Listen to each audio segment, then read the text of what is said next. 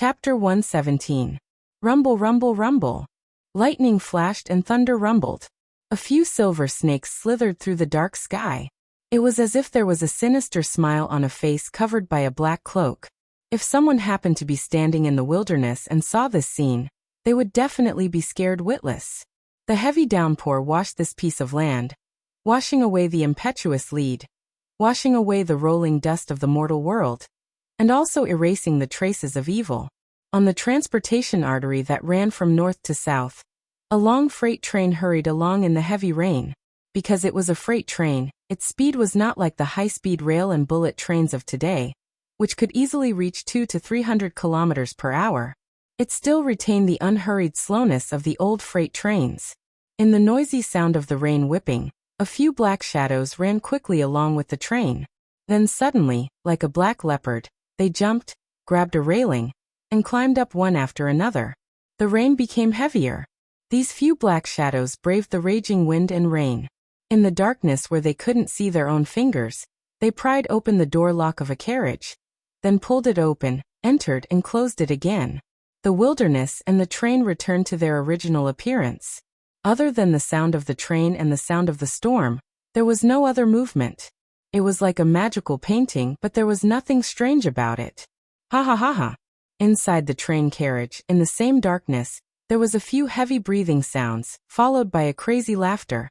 Motherfucker! What are you laughing at, you little bastard? A panting voice was heard. Fuck. Are you scolding me? The owner of the strange laughter scolded back. I'm laughing at the boss for being too talented. What do you know? He scolded.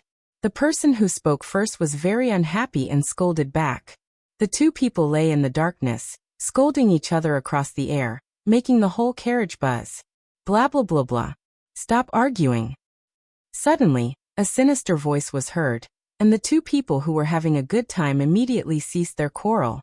When the sinister voice opened his mouth, a string of strange syllables came out of his mouth. It was the language of a small Southeast Asian country, Thailand. He also knew Chinese, but from the second half of the sentence, his Chinese pronunciation was not so standard. It was very strange. Yes, boss. The two men respectfully replied. Blah blah blah. Another slightly younger voice was heard. It was also in Thai. What he said was, Boss, we should go back and snatch that guy back. Slap.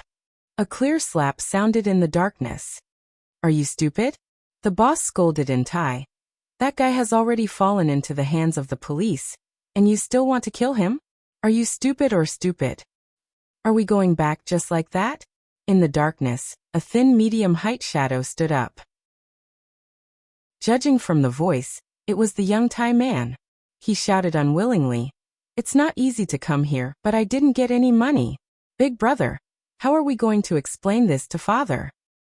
Supan, you've done your best. The man who had laughed the loudest earlier also comforted him in Thai. If it weren't for our boss's vigilance, we might have been killed by the police. Let's go back first. It won't be too late to come out and earn money in the future. There's a Chinese saying, where there's life, there's hope. There will be more money in the future. That's right, that's right. There was another man who spoke in Chinese. He could understand Thai, but he couldn't speak it well. He simply didn't speak, and let the man who had just quarreled with translate. We'll climb into this car and nobody will know. We'll sit until we reach the border. At that time, I'll ask my brother who plays in the sea to take us away on a fishing boat. Once we reach Vietnam, we'll be safe. Lu DePeo, can you finish reading the whole sentence? The man suddenly stared at Lu DePeo, who was translating for him. Don't fucking cut corners. Do you think I won't listen to you? Lu DePeo didn't back down and said, If you're so good, then do it. I'll do it for you. I'll be tired. Stop quarreling. The boss slapped the carriage, and the iron plates clanged. The entire carriage immediately quieted down. After a pause, the boss leaned against the cardboard, closed his eyes and coldly said, Do you still have the guns? Supan's eyes lit up as he patted his bulging waist and said, Here, big brother. Lu DePeo nodded and said, They're all here. Boss, before we left, we wrapped the guns in our raincoats. Good. The boss didn't stand up, but he suddenly opened his eyes. His bell-like eyes actually had some luster in the dark. He glanced at the three men and said slowly, "We can't go back like this." "That's right. Boss, what are we going to do?" Su Pan excitedly rushed to say, "Should we kidnap someone? Catch a woman and sell her? China is full of good-looking beauties." At the end of his sentence, Su Pan swallowed a mouthful of saliva. "Boss is talking. Why are you interrupting?" Lu DePeo pulled Su Pan. "Su Pan, you're really stupid." The smoker fumbled for a cigarette and took a deep puff. He laughed at the side, and the red light flashed in the dark. Ignoring what the other three were saying, the boss continued, "This time we escaped and took this train to the south. The police will never guess that we're here. Since we're going, let's make some money before we leave. Listen to me, the plan is like this." After listening to the boss, the few men rubbed their hands, especially Su Pan. He was drooling and laughing. "What? Do you want to do it?" The boss looked at them and asked. "Of course. Why not? You too. I'll kill the one who doesn't want to do it." Su Pan patted his lean chest and shouted. "Su Pan, don't think that you're the only man." Lu DePeo pushed him and said angrily, "Who said we don't want to do it? You dare to fight with me? I'll kick your head off." Su Pan's brain was simple, and he was about to go berserk. "Sit down," the boss roared. "Do you still see me as your boss, your big brother?" Emph. Su Pan listened to his big brother the most. Although he was not convinced, he still sat down. After calming down, the boss said, "That's it. Tomorrow, we'll go check out the area early, and then we'll take action. After we make some money, we'll leave immediately. No mistakes. If anyone dares to mess around, I'll make them wish they were dead. Do you hear me?" The boss didn't roar at the end, but his gloomy voice made people feel fear. Yes. In the dark night, the train finally passed through the wilderness covered by the rain, and drove into the dark and deep silence. Chapter 118. At night, the relatives and friends left one after another, and the Yang family finally returned to its usual peace. Of course, the trash and messy dining table still needed to be cleaned up. Poplar Fruit was chased back to the house by his mother and sister to take care of Kiki, so he couldn't help with these chores. Therefore, Poplar Fruit made a bottle of milk for Kiki before bed. While making the milk, Poplar Fruit also took the time to upload the picture of Kiki playing with Afu on Weibo. Poplar Fruit really liked this picture. Although Afu wasn't very photogenic, it was the most ordinary Chinese rural dog, but Kiki looked so cute with it. At that time, Kiki was lying on a small chair, and Poplar Fruit had just changed her diaper. Afu curiously wagged its tail and came over. Yang wasn't as worried as Chi-Chi was when she was facing Daniel, because she knew that Fu was a very docile dog.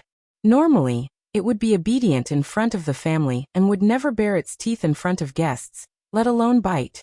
Afu came to Kiki's side and sniffed Kiki's scent. Its tail wagged even more happily. Poplar Fruit knew that this was a sign that Afu was happy. Kiki was even happier. She opened her mouth and giggled as if someone was tickling her armpit. Of course, even if someone really tickled her, she wouldn't feel itchy. She struggled to sit up and looked at Afu with her big eyes. Afu also stuck out its tongue and looked at Kiki. The girl and the dog looked at each other like this for a while until Afu couldn't help but turn its head and snort. Kiki was immediately amused. She danced and shouted, "Daddy, Daddy." She called Poplar Fruit and asked him to look.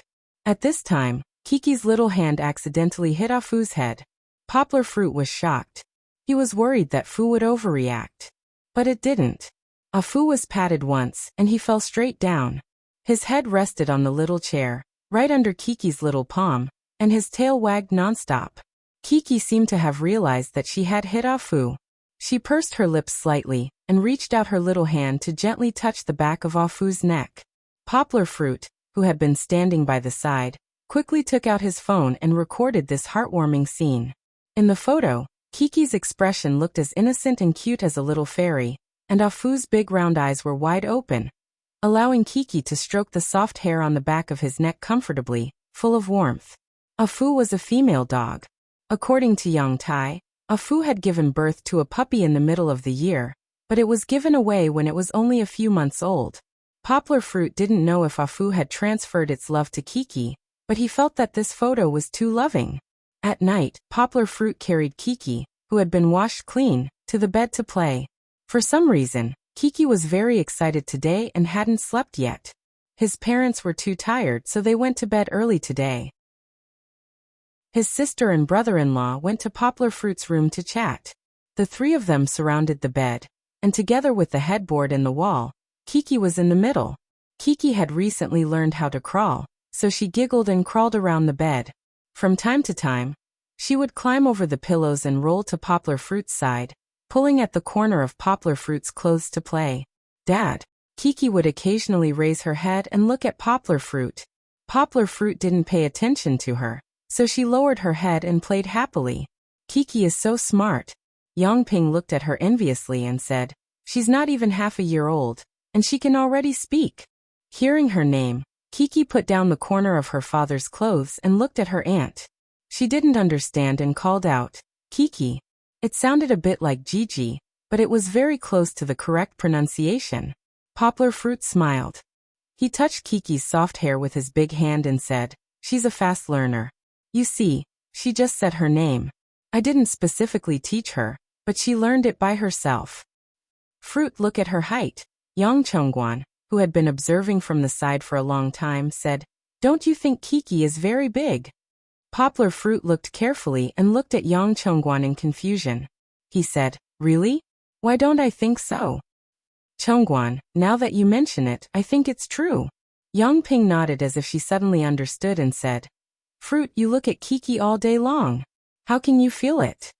"Maybe, but what does it mean to be very big?" Poplar Fruit asked doubtfully. "The more you talk, the more confused I am." Yongping explained, "We're saying that Kiki doesn't look like a 6-month-old child now. She's growing too fast. When Xiao Jie was this big, he was only this big." She gestured a length of about 60 centimeters. "Look at Kiki. She's so tall now." Yongping continued. Poplar Fruit picked up Kiki, who had crawled to his side, and put her feet on the bed. With a glance, Kiki should be more than 60 centimeters. She should be more than 70 or 80 centimeters. Poplar Fruit kissed his daughter, put her down, and patted her little but to let her play. "She's indeed grown a little." Poplar Fruit didn't care and smiled. It was a good thing for a child to grow a little bigger. There could be many reasons: genetic inheritance from the parents, good nutrition, more exercise, etc. Maybe it was a combination of the first two. Poplar Fruit himself had grown to 1.87 or even 1.88 meters. Wuyu wasn't short either. Kiki's bone structure naturally wouldn't be too bad. As for nutrition, ever since Kiki was born, during the most difficult time, Poplar Fruit had to buy imported milk powder for Kiki even if he had to starve himself. Now that the conditions were better, and with the help of her godparents, Zheng Yujia, and the others, all kinds of expensive nutritional products were piled up in the cabinet. How could it not be good? Poplar Fruit wouldn't go back to the source, and Yongping didn't continue to ask about it. Soon the topic changed. "Fruit, I heard from Mom that you're working at home now? What kind of work?" Yongping asked curiously. Yongping had studied before. Although it was just a technical secondary school, and her grades were a mess, she had learned English after all. However, it seemed that she had stayed in a small town for too long and was out of touch with the times. It was hard for her to understand the concept of freelance work. "It's my profession. I'm a translator for people. I translate English into Chinese, or translate Chinese into English." Poplar Fruit smiled and explained to his sister in detail. "Can you earn money?" Yongping asked worriedly. "You still have Kiki to take care of. How much can you earn by working at home? You even bought so many things for us." She was referring to the bags of clothes that Poplar Fruit had just bought from Beijing's Wangfujing. "Haha, sister, don't worry about me." Poplar Fruit laughed. "I'm earning a lot of money now." Hearing her father's laughter, Kiki immediately threw down the pillow that she was playing with. She sat up straight and looked at her father, giggling. "You should save some money to get a wife in the future." Yongping lectured. "You don't want us to arrange blind dates for you. When you find a wife in the future, you'll have to spend a lot of money." How did the topic of blind dates come up again? It was probably because Yang Ping and Su Jinfeng had reached a united front and hadn't given up yet. She wanted to find an opportunity to persuade Poplar Fruit to change his mind. Poplar Fruit, whose scalp was numb, scratched his head and quickly changed the topic. Don't worry. I still have a lot of money. By the way, sister, brother Guan, how are you doing now? Poplar Fruit asked about their financial situation. How can we do? Same old, Yang Ping said. Yang Ping was working as an ordinary accountant. Her salary wasn't high, but it wasn't tiring. The family's money was mainly earned by Yang Chongguan. Yang Chongguan was a retired soldier. He learned how to drive in the army, so he was assigned to drive in the government hostel after he retired. Of course, the car he drove wasn't a car. It was just a small van that the hostel used to transport goods. The work wasn't very tiring, and the actual salary wasn't high. However, he still earned some money when he went out to purchase goods. The couple's income was considered average in a small county. They even bought a house last year. However, they became mortgage slaves after they bought a house. Every month, they had to pay a high mortgage. Their lives were a lot more difficult. In addition, after 1 or 2 years, young Linjia would have to go to kindergarten and primary school. This was a bottomless pit. When the time came, even if the couple invested all their money, they still wouldn't be able to fill it up. Poplar Fruit and Yang Ping were chatting. Ah Fu, who was standing guard outside, squeezed a gap in the closed door. It stuck its head out to take a look and sneaked in sneakily. When the door squeaked slightly, Poplar Fruit noticed it. However, the house wasn't renovated. The floor was made of rough cement. Many small cracks were stuffed with mud. Therefore, Poplar Fruit didn't care if Ah Fu would dirty the room. Although he didn't chase it out, Poplar Fruit still looked at Ah Fu. He was worried that it would jump onto the bed. Obviously, Poplar Fruit worried too much. Ah Fu was such a good dog. How could it do something unpleasant? It simply swam around the bed and sniffed Chi-Chi's scent in the air. Then it barked twice. Woof woof. Kiki, who was a little tired from crawling around, heard the barking. Her confused little eyes suddenly lit up. She was very excited. Using her hands and feet, she quickly climbed over the pillows and climbed to the edge of the bed. Under the protection of her father's arms, Kiki lay on the edge of the bed and looked at Ah Fu with a smile. She also mimicked it and barked, "Wow wow." Kiki's mimicry wasn't very similar, but it was very loud. Ah Fu excitedly jumped twice on the ground and barked back.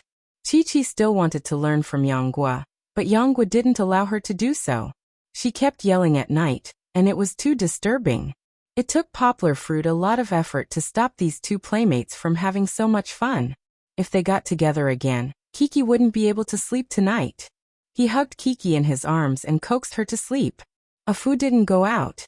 It circled around twice and quietly lay down next to a chair. Its head was on its forelegs, and it gently looked at Kiki, watching her slowly fall asleep. After Kiki fell asleep, Poplar Fruit put her on the bed. Then he looked back at his sister and brother-in-law. His eyes sparkled as he asked, "Have you ever considered starting your own business?"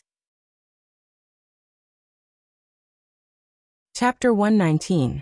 Poplar Fruit's sudden words made the whole house quiet down.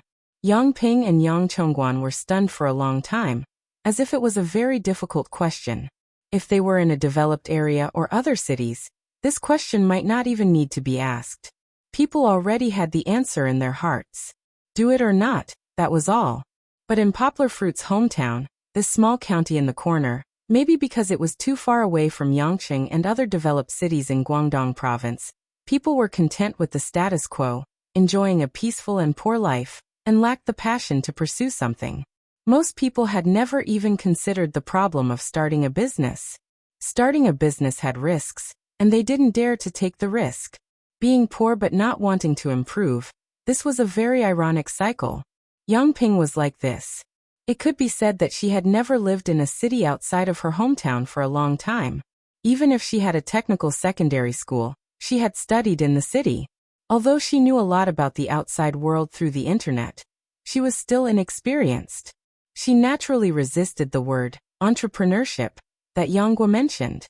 This isn't what we want, right? Yang Ping stuttered behind her words, obviously hiding her fear. Yang Chongguan was different. He went to the north to be a soldier and came back. Following the army, he still had a passion in his heart. But after years of hardships, this passion wasn't much left. Fruit, starting a business isn't something we can do just because we want to. Yang Chongguan smiled bitterly. To start a business you have to have money, right? We haven't even paid off the mortgage. How can we have money to think about starting a business? We can't mortgage the house to gamble, right?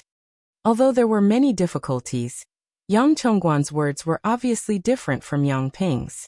Yang Ping's subtext was, "It's not good, let's not do it." Yang Chongguan's meaning was, to start a business, we have to solve the problem of money first. In his mind, he still had the inclination to start a business. Yang Chongguan, if you dare to touch this house, I'll pinch off your ears. Yang Ping was usually gentle, but when it came to big matters, she inherited her mother's fiery character, Su Jinfeng. She was also merciless when she spoke. I didn't mean that. What I'm saying is that you can't.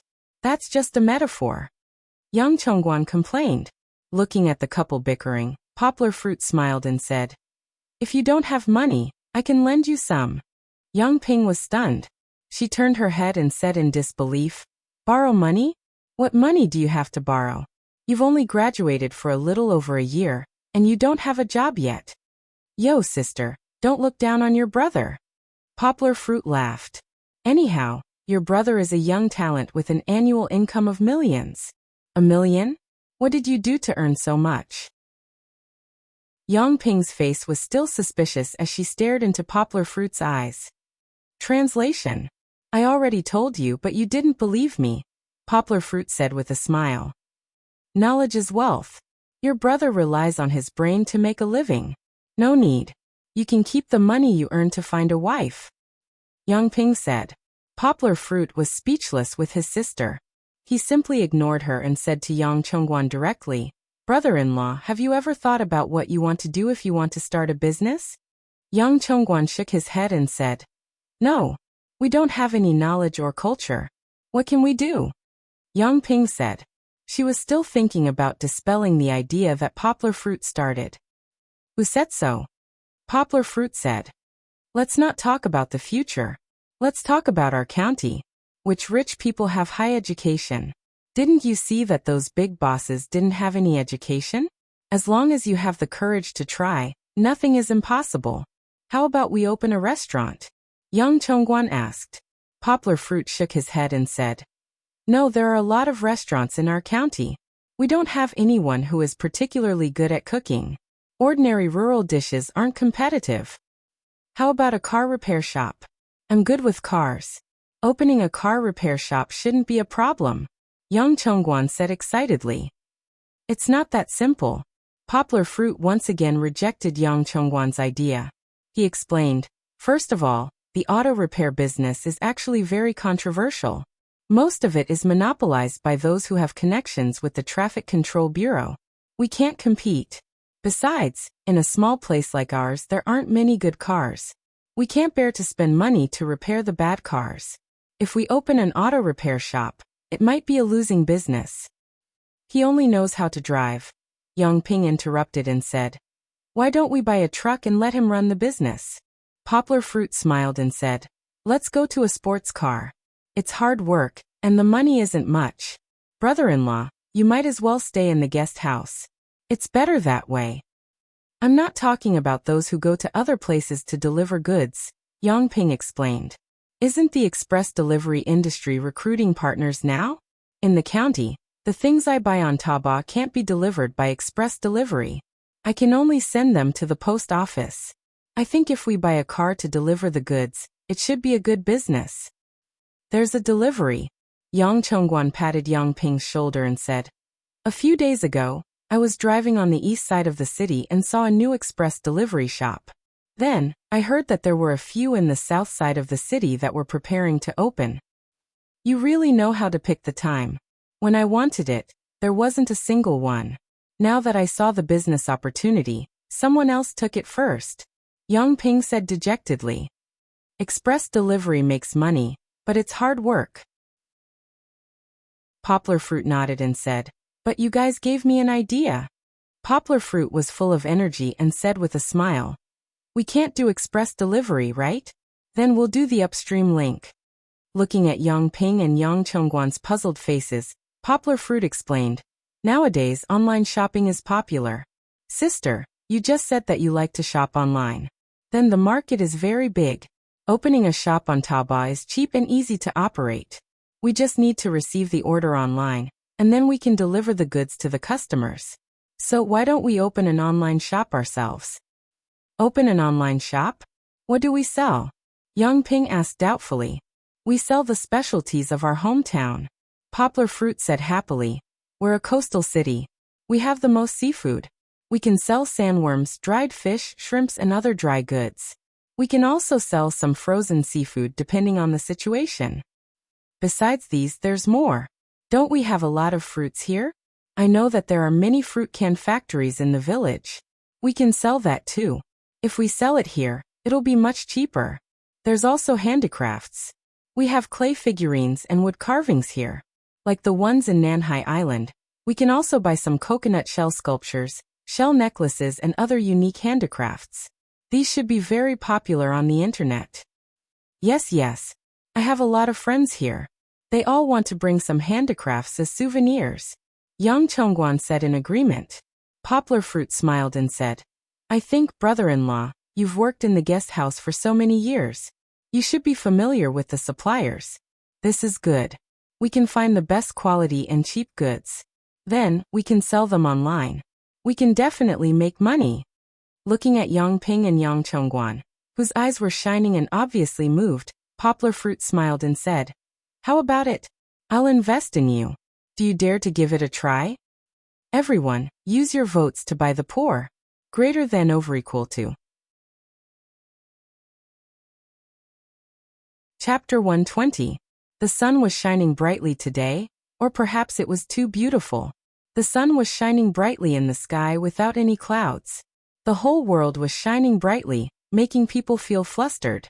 It was already November, but the weather in the southern kingdom was still not as cool as it was in autumn. The steam rising from the asphalt road distorted the pedestrians in the distance, and the bushes on both sides of the green belt were scorched yellow by the sun, making it look like autumn. Even though it was noon and a working day, the biggest bank in the county was still bustling with people. It was not difficult to understand. Many people actually took advantage of the 1 o'clock break to deposit and withdraw money from the bank. However, the bank was closed at noon, so only 1 or 2 windows were open. It was quite annoying. Squeak. There was an ear-piercing braking sound, and a van stopped on the opposite side of the road. The sudden braking sound attracted the attention of passers-by. Opening the door, a man bent down and walked out. His long legs and height made people unable to help but take a second look. Could he be a tourist from the north? People thought. Because of his height, he had already left the men in the small county a few streets behind.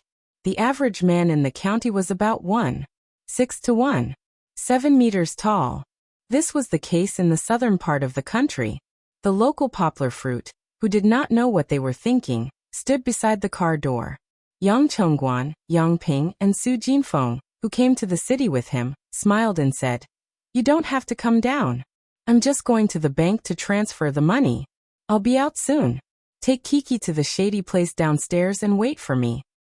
After saying that, Poplar Fruit closed the car door and watched Yang Chongguan drive away. After lunch, they took a car to the county. Shopping was secondary. Poplar Fruit was going to the bank to transfer the money. They had discussed it last night. Yang Chongguan and Yang Ping decided to listen to Poplar Fruit's suggestion and open an online business. Yang Chongguan said something reasonable, which was rare. If you don't take the risk, you will be poor for the rest of your life. Give it a try. Even if you fail, you will have to start from the beginning. Yang Ping's hesitant heart was won over by this heroic and lofty aspiration. After crossing the road at the zebra crossing, Poplar Fruit walked to the bank, calculating the money in his card. In the past few months, he had earned more than 300,000 yuan. After deducting his usual expenses, he still had about 300,000 yuan left. But this time, Dongxin gave him a salary of 150,000 yuan for translating the biography of Steve Jobs. 100,000 yuan was the agreed remuneration for the translation, and 50,000 yuan was the remuneration for his other duties and the subsidies for holding a press conference in Beijing. Some were standing, some were sitting, some were men, and some were women. There were all kinds of people. Although he was not a detective, Poplar Fruit was still interested in what they did. The woman at the counter should be a shop owner. As for whether she sold clothes or other products, he did not know. She had been sitting there for a long time. She did not withdraw a lot of money, but she changed it into loose change.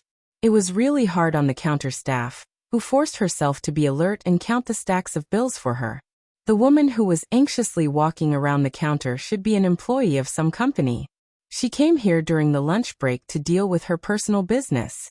Seeing that it was almost 2 o'clock, she began to worry if she would be caught by her boss when she returned to the company. However, she did not want to give up just like that. She had waited for so long, but this woman who had been changing loose change for a long time was driving her crazy. There were a few people sitting in the rest area. One of them was an old man with white hair. He was dressed like a farmer. His face was full of vigilance, and his eyes scanned the surroundings like a radar. His hand was tightly holding the wallet in his arms. He probably sold the fruits of his hard work for a year, and came here today to save it. There were also 2 ladies who were chatting happily. One of them was an accountant. She came here today to deal with business. However, the business counter was closed at noon, so she did not mind. Waiting in the air-conditioned hall was not a torturous thing. The other lady was an acquaintance of hers. Her hair was permed into wavy waves, and she even dyed it into Poplar Fruit's color, which was a bit vulgar. Her dressing was very fashionable, but it was only at the level of a county town. Perhaps if time went back more than 10 years, such a combination would also be popular in a big city. This lady was preparing to travel abroad. When Poplar Fruit came in, he saw that under the guidance of the security guard, she had used her card to exchange a few thousand Hong Kong dollars. She was waiting to collect it at the counter later.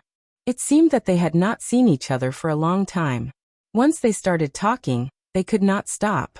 The accountant lady was very envious of the curly-haired lady's life. She asked about the price of the curly-haired lady's clothes and praised her for marrying a good husband. She did not have to go to work and could even travel around. Poplar Fruit was not interested in listening to the boring conversations between these women. He looked at the last person in the rest area. It was a tall and strong man. He did not look like a southerner compared to Poplar Fruit. He was a bit of a crane in a flock of chickens among the crowd. Although he was wearing a loose sports jacket, the muscles under the jacket were bulging. A few clothes could not cover them at all. Feeling Poplar Fruit's gaze, he opened his bell-like eyes, looked at Poplar Fruit, and then smiled in a friendly manner. Poplar Fruit was also a bit embarrassed. He smiled back at him and looked away. The lady who opened the shop left after finishing her business. Just as the door was closed, it was pushed open again. A few strings of laughter like silver bells came in, immediately waking up the sleepy bank hall in the afternoon. A burst of youthful aura hit their faces. Poplar Fruit looked. It turned out to be 4 high school girls from the nearby middle school. They were all wearing the school uniform that Poplar Fruit was very familiar with. This set of blue and white school uniform was the style of Poplar Fruit's junior high school. Poplar Fruit looked at it with some nostalgia. He had not seen this kind of uniform for a long time. It was almost time for class. He did not know if they were skipping class to go shopping. They did not seem to be in a hurry at all. One of the girls inadvertently saw Poplar Fruit. Her eyes lit up. She looked at Poplar Fruit, and then turned to whisper to the girl in the middle. The girl heard her friend's whisper, and turned to look at Poplar Fruit curiously. Poplar Fruit also looked at her. After being noticed by Poplar Fruit, the girl did not feel shy at all. She openly looked at Poplar Fruit's face for a few seconds, and then continued to whisper to her friend. As they chatted, they even burst into laughter. Poplar Fruit looked away. He suddenly felt a bit interested. He had been paying attention to the uniforms they were wearing. When he looked at them just now, he realized that one of the girls was very beautiful. The beautiful girl was the one who made eye contact with Poplar Fruit. Of course, her appearance could not be compared to Duan Xueqing and Zheng Yujia. She looked very pure and beautiful. She looked a bit like Zhou Xiaoyu, the female lead in last year's Love Under the Hawthorn Tree. She was so delicate that it made people feel pity for her. Poplar Fruit's alma mater's uniform was very narrow and slim for girls. Therefore, for these girls who were obviously very well developed, the uniform not only did not cover them, but also showed off their proud curves. It was not only her face. That girl's figure was also the best among the four.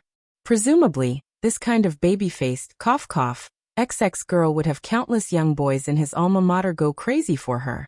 Even if it was a fire pit, they would still come wave after wave, right? Poplar Fruit sighed in his heart. Disaster. What is a disaster? This is a disaster.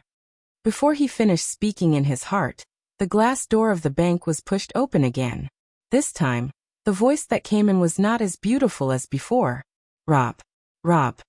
Everyone, use your votes to smash the poor. Greater than over equal to.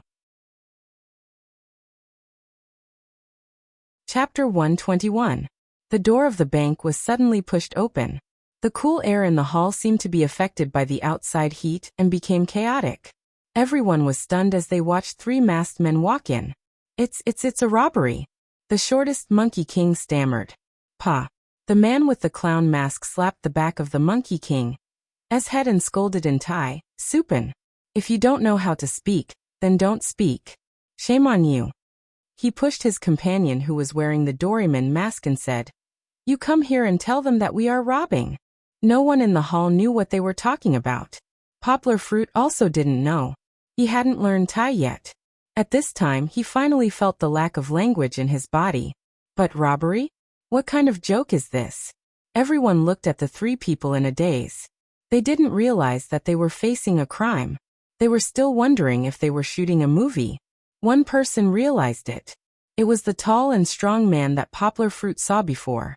The moment the door was pushed open, he suddenly turned around to look.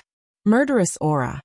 Yes, this man felt murderous aura from the three people. These three people have seen blood. Things are not simple. He lowered his body and shrank behind the chair as much as possible. Then he slowed down his breathing and restrained his breath so as not to attract their attention. Then he carefully observed. This is not good. He groaned inwardly. Each of the three men was waving a pistol in their right hand. With the police force of this small county, he doubted if he could catch them if they were to fight. Hey. The man wearing the doryman mask shook the pistol in his right hand and said to the people in the hall with a smile. We are robbing. Do you know how to rob a bank? Fuck, you guys be serious. Get down. Bang. A loud gunshot echoed in the hall. The bank's security guard trembled and knelt down. There was a big bullet hole in front of him. Did you see that? Doryman proudly shouted. I told you not to move. Get down. If you move again, the next bullet will hit your head. All of you get down on your knees. Did you hear that? Doryman suddenly changed its tone and roared angrily. This roar finally woke up the people who were frightened by the gunshots. They finally understood that the three people in front of them were not from the circus to amuse them. They were really robbers. There were all sorts of screams and cries in the hall. Poplar Fruit, who was still relatively calm, immediately lay down obediently. His heart was thumping, and he secretly raised his head to watch the development of the situation. The female employee who was sitting in front of the window was so scared that she slipped from her chair and fell to the ground. She covered her mouth and tears flowed down her face. A few female students who had just entered hugged each other and squatted on the floor in front of the rest area, crying in fear. The two women who were chatting happily just now were now lying on the ground. The female accountant wanted to hug the woman with the curly hair and cry, but the woman with the curly hair pushed her away. Her hands and feet were trembling. She wanted to squeeze into the gap between the chairs, but she was too fat to fit her fat body. The old man who was in a hurry to save money was sitting furthest away from the rest area. At this moment, he was still in a state of shock. He sat upright and foolishly watched Doryman walk to his side. You don't want to cooperate, right? You want to die, right? Doryman used a teasing tone to threaten him. He curiously pulled at the wallet the old man was holding, but he didn't manage to pull it out. Yo, you still treasure it? Doryman was angry. He suddenly smashed the butt of the gun at the old man. This was not a light blow. The old man was smashed to the ground and couldn't make a sound for a long time. Blood oozed from his head and trickled down to the floor, making it extra obvious. The women's screams were even more ear-piercing. Bang! There was another loud sound. Doraemon fired a shot at the ceiling and then waved the gun. The muzzle of the gun pointed at everyone and he angrily shouted, "Don't fucking make a sound. Whoever dares to make a sound, you will end up like this old man." Doraemon opened the wallet and saw a few stacks of cash. He was immediately overjoyed. He threw the wallet to Supan and said in Thai with a smile, "Take it, there's money." "Hurry up. Robbing the bank is more important," the boss wearing the clown mask said coldly. Doraemon pulled the bank security guard over and pointed the gun at his head and pushed him to the front of the counter. The bank tellers behind the bulletproof glass were so scared that they couldn't stop screaming and crying. Throwing the 2 luggage bags on the counter, Doraemon knocked on the glass with the butt of the gun and said, Hey, don't be afraid. Do you hear me? Don't cry. Otherwise I will kill him." Uncle Suwoo. The younger teller was still crying. She only stopped after a while. "You." Doraemon motioned to the person who looked a bit calm and said, "I know you pressed the alarm, I don't blame you, but if you don't fill up these 2 bags in 15 minutes, I'll kill him. Don't think that you are safe just because the police are here. This whole hall is filled with our hostages. If you make us unhappy, we will kill all of you."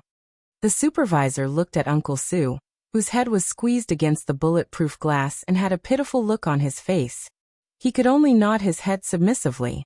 "You still have 14 minutes. Hurry up." Doraemon smashed the glass with the butt of the gun and threatened. The supervisor hurriedly called a few tellers under her and took out the money from the safe under the counter and then stuffed it out from under the bulletproof glass. "Supan, you watch," the boss in the clown mask said. He stuffed the pistol into his back pocket, then walked to the front of the counter and greedily touched the stacks of banknotes. He picked up a stack and rubbed it in front of his nose. It was as if he smelled a delicacy and was intoxicated. He began to open the luggage bag and stuffed the stacks of banknotes into it. "Bear with it." The tall and strong man leaned against the back of the chair and peeked at the front. He thought to himself, "You can't handle these 3 armed criminals alone. Bear with it. They should leave after taking the money. It won't be too late to catch them then." The development of the situation was just as the boss had planned. In this backward small city, the police response was very slow. Their robbery went very smoothly. After filling up the 2 bags, they swaggered away. No one could stop them. Tonight, they slipped out of the border by boat. The Chinese police couldn't catch a trace of them. But was it really that smooth? At least, there was now a change outside of the plan. "Beautiful, beautiful." Supan's eyes lit up, and he called out in the few Chinese he knew, "Everyone, use your votes to support the poor. Greater than over equal to."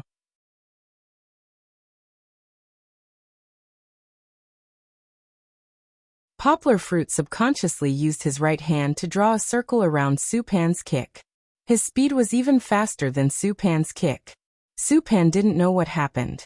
His whip kick seemed to have hit a pile of cotton. The huge force that he transferred to his leg by twisting his waist didn't hit anything. What was worse, his right leg was controlled by Poplar Fruit. Before Supan could react, his body was involuntarily lifted into the air.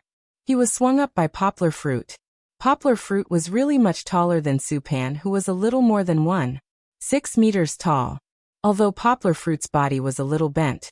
In order to kick Poplar Fruit's head, Supan used his left forefoot to support himself on the ground and tiptoed slightly. This caused his center of gravity to not be very stable. Relying on the Tai Chi fist stick technique, Yangguo was able to neutralize most of Supan's leg strength. Then, she stuck her palms onto Supan's right leg and gently stroked it. Relying on the strength of her hands, she pushed outwards. Supan lost his balance and was lifted up by Yangguo. It wasn't over yet. Poplar Fruit didn't let go of Supan's right leg. He flashed and came to Supan's side. Relying on his explosive brute force, he swung Supan around and smashed him to the ground from the air. With his back facing down, Supan was ruthlessly smashed to the ground. His internal organs were displaced and blood spurted out from his mouth and nose. But he was also tough. He didn't faint after that. His left hand trembled as he tried to get up. He also clenched his right fist. Ah! Poplar Fruit roared, as if he wanted to vent his anger after witnessing Su Pan humiliating the high school girl. He swept his right leg and broke Su Pan's left hand that was supporting himself. Then, before Su Pan could cry out in pain, he grabbed Su Pan's right fist and crossed his hands. Su Pan's right arm was bent by 90 degrees. This time, Su Pan finally fainted from the pain. However, both of his arms were no longer human. One of them was pinned under his body, while the other was twisted in a strange position. The broken bones even pierced through his skin and were exposed. Poplar Fruit didn't have time to care about his enemy's injuries. When he looked up, he saw the security guard uncle whose face was disfigured and Doraemon, who had already broken free. Doraemon picked up the pistol. He was panting and laughing as he raised it.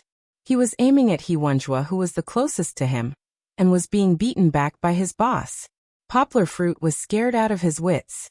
He didn't have time to catch his breath. He jumped to Doraemon's side and kicked Doraemon's hand that was pulling the trigger. Bang! A deafening gunshot rang out in the bank lobby again. A scream came from the resting area behind. Although Poplar Fruit kicked the pistol away, Doraemon still fired a shot. However, Poplar Fruit's kick still worked. The bullet that was supposed to hit Hiwonjua grazed his hair and hit the wall behind him. If it was any lower, Hiwonjua's head would have exploded. Even though he wasn't shot, Hiwonjua's legs still felt weak. His opponent was a Muay Thai expert who had experienced hundreds of battles. Any small flaw would be taken advantage of. Muay Thai was tricky and fierce. It was the same as Hiwonjua's modified military boxing. They were all killing moves. It was hard to say which was better and which was worse. However, even though Hiwonjua was a special forces soldier, he wasn't omnipotent. He was best at firearms. In terms of punches and kicks, he was fine against ordinary enemies. However, against such an experienced Muay Thai expert, he quickly fell into a disadvantageous position. His weak legs gave his boss, who was wearing a clown mask, a chance to attack. Boss suddenly stepped forward and punched Hiwonjua's head with his right fist. Hiwonjua raised his arms to block, but Boss followed up with a knee strike. His back leg bent and hit Hiwonjua's abdomen. Hiwonjua felt suffocated. He held his stomach and couldn't stand steadily. Bang! Another muffled sound. Hiwonjua was kicked a few meters away by Boss. He felt the pain in his bones. However, he clenched his teeth and didn't cry out. He knew that he couldn't give up now. If he gave up, he would die. However, he struggled and couldn't get up. Chapter 123. Fuck. Lu DePeo, who was wearing the Doraemon mask, cursed angrily. He was very unhappy. Extremely unhappy. Today his gun had been kicked out of his hand twice. 2 times. For a person like him who got the nickname DePeo, because of his outstanding marksmanship, his gun was his lifeblood. But today he had lost his gun twice in a row. Just now, the shot that was clearly going to hit its target was diverted by Poplar Fruit's interference. He glared fiercely at Poplar Fruit, who had kicked him this time. Just now he was entangled by the security guard uncle, so he did not notice the situation at Su Pan's side. But the guy in front of him was white and tender, tall and thin, just like a scholar. At first glance, he knew that he was easy to bully. Lu DePeo sneered and leaned forward. His right fist was like a hook, aimed at Poplar Fruit's left ear. Lu DePeo had never learned martial arts. In the past, he only played with guns in the army. He did not learn military boxing well. But after following the Thais for years, he had learned a few moves under their influence. His uppercut looked like a real uppercut. At this moment, Poplar Fruit was not the normal Poplar Fruit. He had entered a berserk state.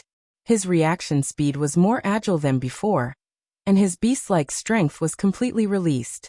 The Taiji fist that he practiced every day was now executed, as if it was a normal reaction of his body. Taiji fist press. Poplar Fruit took a deep breath and held his chest.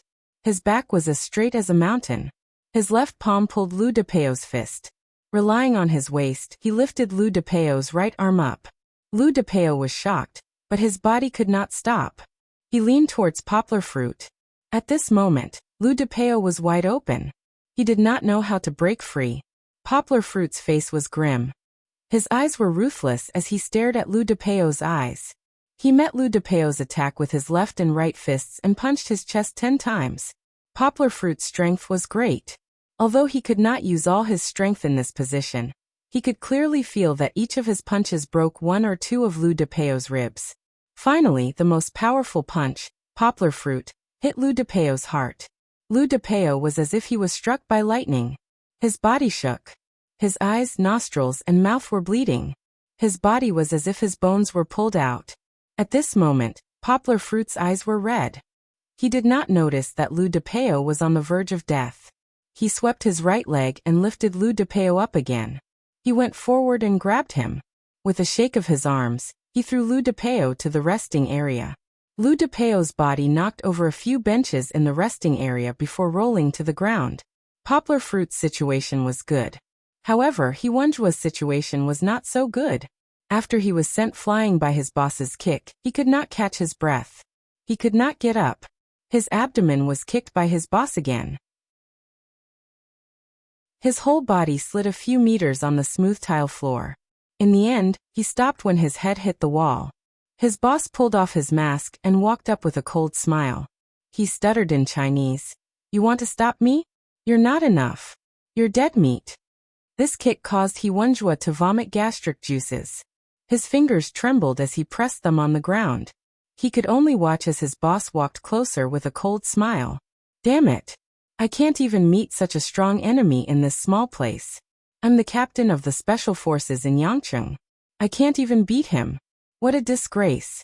Looks like I'm going to die here today. It's a pity that I dragged that little brother down with me." Although he was complaining in his heart, Wuxia's heart was calm. Isn't it just death? Crash. A series of loud sounds suddenly rang out. The boss stopped and looked over in confusion. He saw Lu DePeo lying in the middle of 2 benches. He was motionless and unconscious. He then looked at Su Pan, who was lying on the ground with a broken arm. He was also unconscious. Only then did the boss realize that he was fighting with the most difficult enemy to deal with. In this gap where he could not be distracted, 2 of his subordinates had been defeated. Moreover, Su Pan, his most trusted little brother, had a broken arm and was lying there with serious injuries. How is this possible? Su Pan also learned Muay Thai. Although he was young, he was still half as strong as the boss. The main culprit was that Poplar Fruit that he thought didn't have any killing power at first glance. The boss's expression was very interesting. One moment he was furious, the next moment he was in disbelief. One moment his face was black, and the next moment his face was red. But his little brother's injuries completely ignited the anger in Su Pan's heart. He clenched his teeth and pointed at Poplar Fruit with his trembling right index finger. He said word by word, "You will be cut into 10,000 pieces." Although his grammar was a mess, his murderous aura was like a prairie fire. With the last word pieces, it engulfed everything. The people at the back saw that Wuxia had taken care of the 2 people, so they came back to their senses and were ready to cheer. However, when they heard their boss's words, they were so scared that they swallowed their cheers. Poplar Fruit was still in a mysterious state. He wasn't affected by the boss's murderous aura. He was half in a horse stance and focused on the boss's hands and feet. At this moment, any movement in the wind could be magnified dozens of times in Poplar Fruit's ears. Every movement was as clear as it could be in slow motion in his eyes. The boss didn't pull out the pistol on his back. He only wanted to use his strongest fist to avenge his little brother. He roared and rushed over, wanting to kick Poplar Fruit. Poplar Fruit calmly pulled the boss's leg to release the strength. Then he lifted the boss up. His actions were exactly the same as when he dealt with his 2 subordinates. However, the boss's martial arts were much better than Su Pan and the others. Poplar Fruit only lifted him up, but the boss used his upper body as an axis to jump up. He kicked his other leg towards Poplar Fruit's chin. Poplar Fruit didn't expect him to be able to counterattack in this situation. He hurriedly blocked with his arm to protect his chin. However, his arm was still in pain from the boss's kick. At this time, the boss did a backflip and landed steadily. So strong. Poplar Fruit thought. Wenjua, who was lying on the side, hadn't recovered. Although he couldn't stand up or speak, he still saw the fight between Poplar Fruit and the others. He thought, so I'm the weakest. Little brother, do your best. Kill him. Wenjua was also trying his best to adjust his breathing. As long as he could help, the two of them would definitely be able to take down this Muay Thai expert. Poplar Fruit was at a disadvantage from the start. The boss's Muay Thai was much more powerful than Su Pan's. All kinds of tricky and fierce moves were used. Poplar Fruit, who didn't know anything about Muay Thai, couldn't parry them. In Muay Thai, the most powerful moves weren't the fists but the elbows and knees. Flat elbows, pressing elbows, smashing elbows, covering elbows, double elbows, rushing knees, bending knees, stabbing knees, piercing knees, flying knees, etc. These were the most powerful moves in Muay Thai. Someone once said, "It's better to use your elbows and knees than your fists." The elbows were the hardest, while the knees were the heaviest. If you hit someone with these two moves, it would be easy to make them lose their ability to fight due to the pain. If it was said that Poplar Fruit could still counterattack against the fists and legs, but against the boss's elbows and knees, Poplar Fruit could only clench his teeth and block. But after 2 or 3 times, Poplar Fruit's arm was covered in red and green bruises. It was very painful. Poplar Fruit could feel a slight warm flow in his body, slowly warming up the area that was hit. But the effect was too slow. If this continued, sooner or later he wouldn't be able to hold on. Think. Under the stimulation of adrenaline, Poplar Fruit's mind became clearer. He forced himself to use his brain to think of how to fight and not rely on his instincts to make a move. Elbows and knees. Aren't those moves only used by the boss when he gets close? That's right. As long as I keep a distance from him, he won't be able to use those moves on me. There was a chant in Taiji Fist. Let him hit me with all his might. Pull him with 4 tails to lift 1,000 jin. Let him hit me with all his might. Let him hit me with all his might. Let him hit me with all his might. Let him hit me with all his might. Let him hit me with all his might. Let him hit me with all his might. Let him hit me with all his might. Let him hit me with all his might. Let him hit me with all his might. Let him hit me with all his might. Let him hit me with all his might. Why do I have to tangle with him? Isn't this using my weak points to attack his strong points? Suddenly enlightened, Poplar Fruit began to pull away from the boss by 2 body lengths. You advance and I retreat. You retreat and I advance. Of course, Poplar Fruit wasn't just retreating. He relied more on his nimble body movements to circle around the boss and coordinate with his hand gestures to make his attacks miss. This time it was the boss's turn to suffer. His punches and kicks were mainly fierce, aiming to rely on speed and strength to defeat the enemy. Right now, his speed couldn't keep up with Poplar Fruit's and his strength was hitting the air. Every time he punched with all his strength, his chest felt stuffy. After circling around for a while, the boss began to feel tired. He panted heavily, and his eyes were a little unfocused. It had been too long since he met such a difficult opponent. His body was far from being as strong as it was when he was young. It's time to counterattack. Poplar Fruit understood. He took advantage of the boss not being able to pull back his punches in time to suddenly stop retreating and turn around. Although Poplar Fruit hadn't fought with anyone before today, when he fought with Su Pan and Lu DePeo, he was completely bloodthirsty. He didn't care how badly he beat the enemy. At this time, Poplar Fruit couldn't hold back his strength. Poplar Fruit suddenly used his right foot as an axis and circled to the boss's side. His left hand grabbed the boss's left fist, and his right arm blocked the boss's left elbow. Suddenly, he pulled outwards. Although it seemed like a lot of movements, in reality, it all happened in a flash. With a crisp sound and a scream, Poplar Fruit directly broke the boss's left arm. While you're sick, I'll take your life. Yongwa swept his leg at the boss's knee, forcing him to kneel down. Then he followed up with a whip kick towards the boss's head. The boss fell to the ground like a sack. As soon as the boss turned around, his eyes were filled with Poplar Fruit's huge fist. He subconsciously tilted his head. Poplar Fruit's fist brushed past his ear and smashed into the floor. The mirror-like tiles actually cracked. Dodge. Let's see how many you can dodge. Poplar Fruit smashed again with all his strength. The boss raised his right arm to block in front of his face, but with a crack, his right arm broke. In the end, Poplar Fruit's fist still landed on the boss's head. Although the strength was much weaker, it was still powerful. With a muffled bang, the boss's eyes rolled back, and he fainted while spitting out blood. Poplar Fruit still didn't let go. He raised his right fist high and prepared to smash down again. Enough. If you hit him again, he'll die. A pair of big hands pulled Poplar Fruit's fist and anxiously called out. It was Wuxia who had just recovered. Chapter 124. Poplar Fruit's right fist was being held.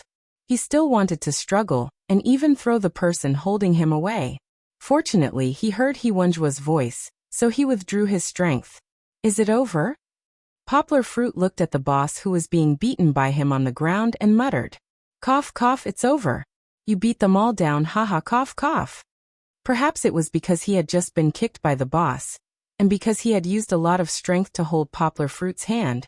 Wuxia had just opened his mouth when the muscles in his lungs spasmed again, and he coughed violently. The boss's state at this time was that his eyes had turned white, and he was exhaling more than he was inhaling. He was about to die.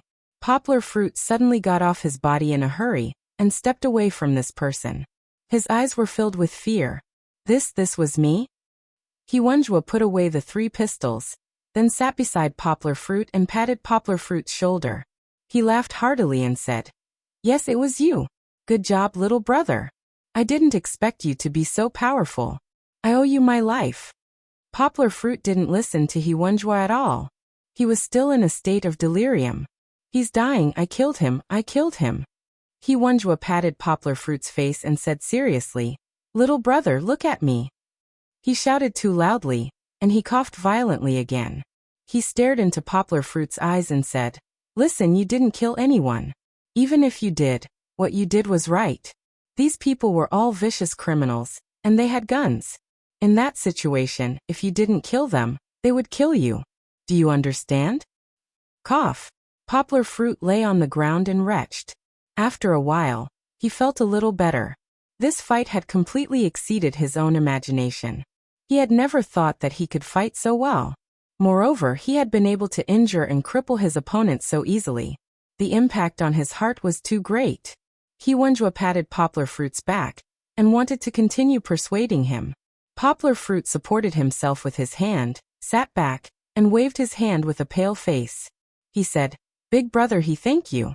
I'm fine. How are the others? After they knocked down the gangster, the other people in the bank hall who were still in shock slowly came back to their senses. The 2 women who knew each other began to hug each other, and the others slowly sat up straight on the ground. The aftereffects of surviving a disaster, the weakness in their limbs, was not something that would disappear in a short time. The high school girls were much better. 3 of them who were not bullied crawled to the girl lying on the ground, hugged her, and helped her tidy up her clothes. The girls had leaned weakly on their shoulders, sobbing. She felt lucky, but more than that, she felt wronged and scared. The police finally arrived at Shanshan. Dozens of cars surrounded the bank entrance, and the person in charge shouted through a loudspeaker for the criminals to surrender. Poplar Fruit looked like he was sleepwalking. He didn't know how Wuxia called the police in. The police stared dumbfounded at the mess in the bank hall. They called an ambulance to pick up the 3 criminals, the injured old man, and the security guard uncle. Then they arranged for several police cars to take the rest of the people back to the police station. When Poplar Fruit came back to his senses, he was already sitting in the police station. Wuxia was sitting opposite him with a smile. What's going on? Poplar Fruit looked at Wuxia in confusion. Little brother, your martial arts are good, but you're still not brave enough. You're scared out of your wits over a small matter. Wuxia laughed. Poplar Fruit shook his head and asked, What's going on now? We're taking a statement at the police station, Wuxia said. But it's okay, I've already recorded it for you. Poplar Fruit, right? I'm sorry, I didn't ask for your permission to see your ID card. Wuxia lightly tossed the wallet into Yanggua's hand. It's okay. Poplar Fruit forced a smile. This time I really have to thank you, Brother Yang. Wuxia said seriously. You saved me twice. The first time, if you didn't kick me, I would have been shot. The second time, you helped me defeat the Muay Thai master. Poplar Fruit smiled embarrassedly. You don't have to be like this. I was in a hurry and didn't think too much. How is it? Is the case solved now? How can it be so fast, you know? Of the 3 people, 1 is dead and 2 are injured. The injured one is still lying in the hospital. It's estimated that it won't be so fast. And now, with such a big case, the provincial office has already sent someone to take over. Don't worry. Yuanjua laughed. Someone died? Poplar Fruit's face paled. Don't worry. Yuanjua went to Poplar Fruit's side, patted Poplar Fruit's arm with his stout arm, and said, You're just defending yourself. I've already helped you deal with it. No one will trouble you. Thank you, big brother, Poplar Fruit gratefully said. No, this is what I should do. Yuanjua waved his hand and said, You saved me, I should be thanking you. You don't have to thank me. A thick and magnetic middle-aged man's voice sounded behind Poplar Fruit. If you want to say thank you, I should be the one thanking you. The person who came was a man in his 40s, wearing a pair of gold-rimmed glasses. He looked cultured and elegant, like a teacher from a university. When Yuanjua saw him, he quickly stood up and said, County Magistrate Chen, why are you here? This time he came down for a mission, and he had dealt with the leaders of the county. Although his military rank was very high, he still showed due respect to the local leaders. County Magistrate? When Poplar Fruit saw this, he also quickly stood up. Sit down, sit down. County Magistrate Chen pressed their shoulders and asked them to sit back down. He said gratefully, I heard about this matter from them.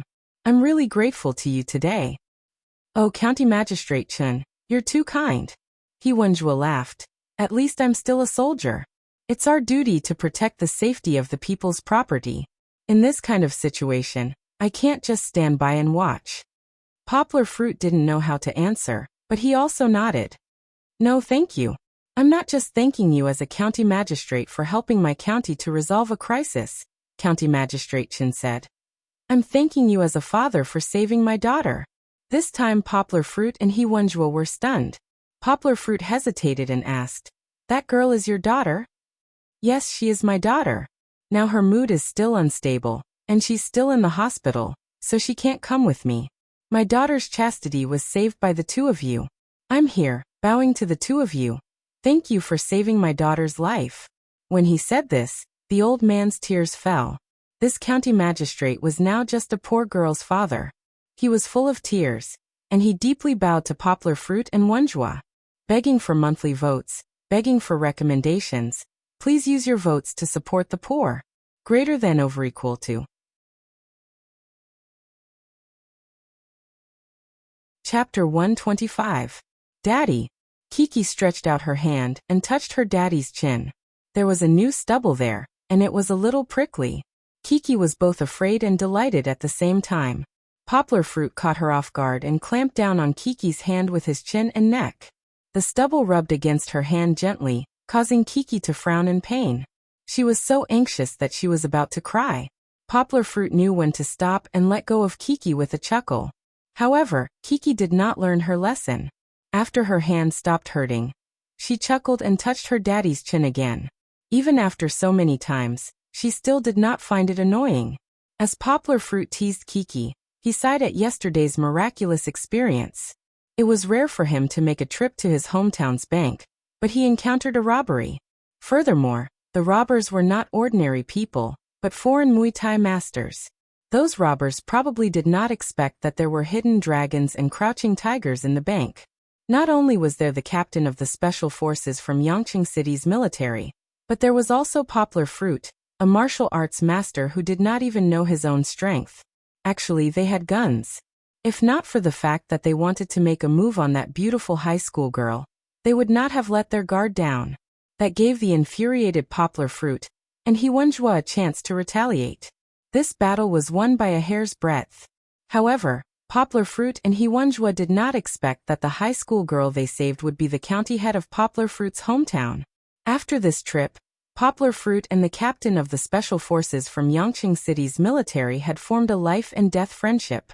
He Wenjua even addressed Poplar Fruit as his brother before he left, and even invited him to visit his house when he was free. Not only that, Poplar Fruit had also become the county head's benefactor.